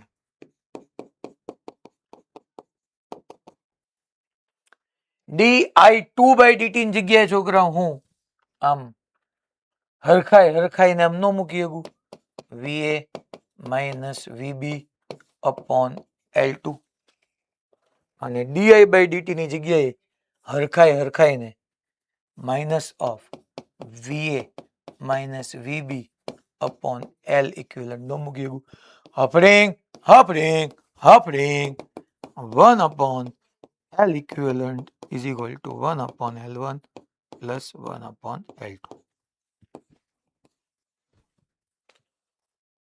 જો બે ઇન્ડક્ટર હોય તો આ જ હારી પડે, L1 into L2 upon L1 plus L2 તો એવું જ કરી નાખવાનું. પેરેલલમાં એવું જ કરતા હતા. ટૂંકમાં ઇન્ડક્ટરની ફોર્મ્યુલામાં તમને કન્ફ્યુઝન થતું હોય તરત યાદ જ રાખી લેવાનું સાહેબ રેઝિસ્ટરમાં કેવું સિરીઝ પેરેલલ કરતા હતા એવું જ છે સાહેબ, ખાલી ની R1 R2 આવતું તો અહીંયા L1 L2 છે. આમાં નેગ્લેક્ટ કર્યું છે આપણે, મ્યુચ્યુઅલ કોએફિશિયન્ટ યા મ્યુચ્યુઅલ ઇન્ડક્ટન્સ ને નેગ્લેક્ટ કર્યું છે એટલે આ આવ્યું. જો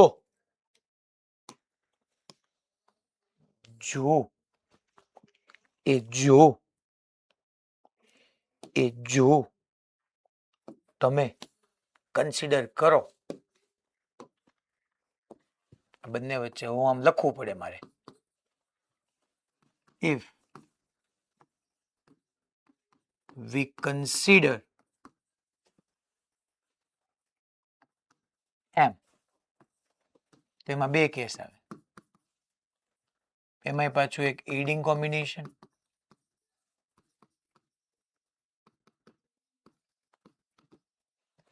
તો એમાં છોકરાઓ L ઇક્વિવેલન્ટ થશે L1 into L2 minus M square upon L1 plus L2 minus 2M અને opposing condition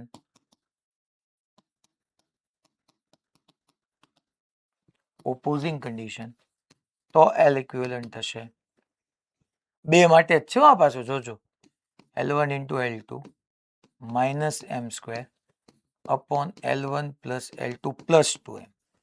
મેં આમ યાદ રાખ્યું છે કે એડિંગ હોય ને એટલે મારે આ મોટું જોતું એટલે ડિનોમિનેટરમાં -2M થયું અને ઓપોઝિંગ હોય તો એ નાનું જોતું એટલે અહીંયા પ્લસ થયું, બાકી બધું same L1 L2 minus M square, એ બધું બે કેસની અંદર સેમ રહ્યું, ખાલી હેડિંગ અને તમારું ઓપોઝિંગની અંદર આટલો નાનો એવો ચેન્જ જે આવે એ મેં તમને ત્યાં લખાવી દીધો છે છોકરાઓ. તો આની અંદર આપણે તમે ધ્યાનમાં લ્યો છો, કન્સિડર કરો છો કે નથી કરતા, ઈ બેઝ આપણું ડિસ્કશન થયું. તમે જો એમને કન્સિડર નથી કરતા તો મસ્ત મજાનું બે ઇન્ડક્ટર હોય L1 into L2 upon L1 plus L2, પણ જો તમે કન્સિડર કરવા ગયા તો બાપા આવું કાંઈક આવશે.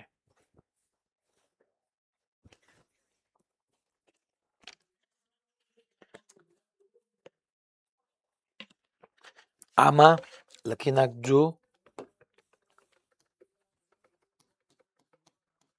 Not in syllabus.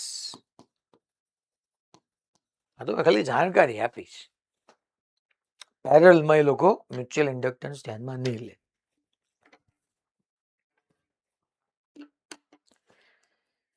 ઓકે, સારું, ચાલો.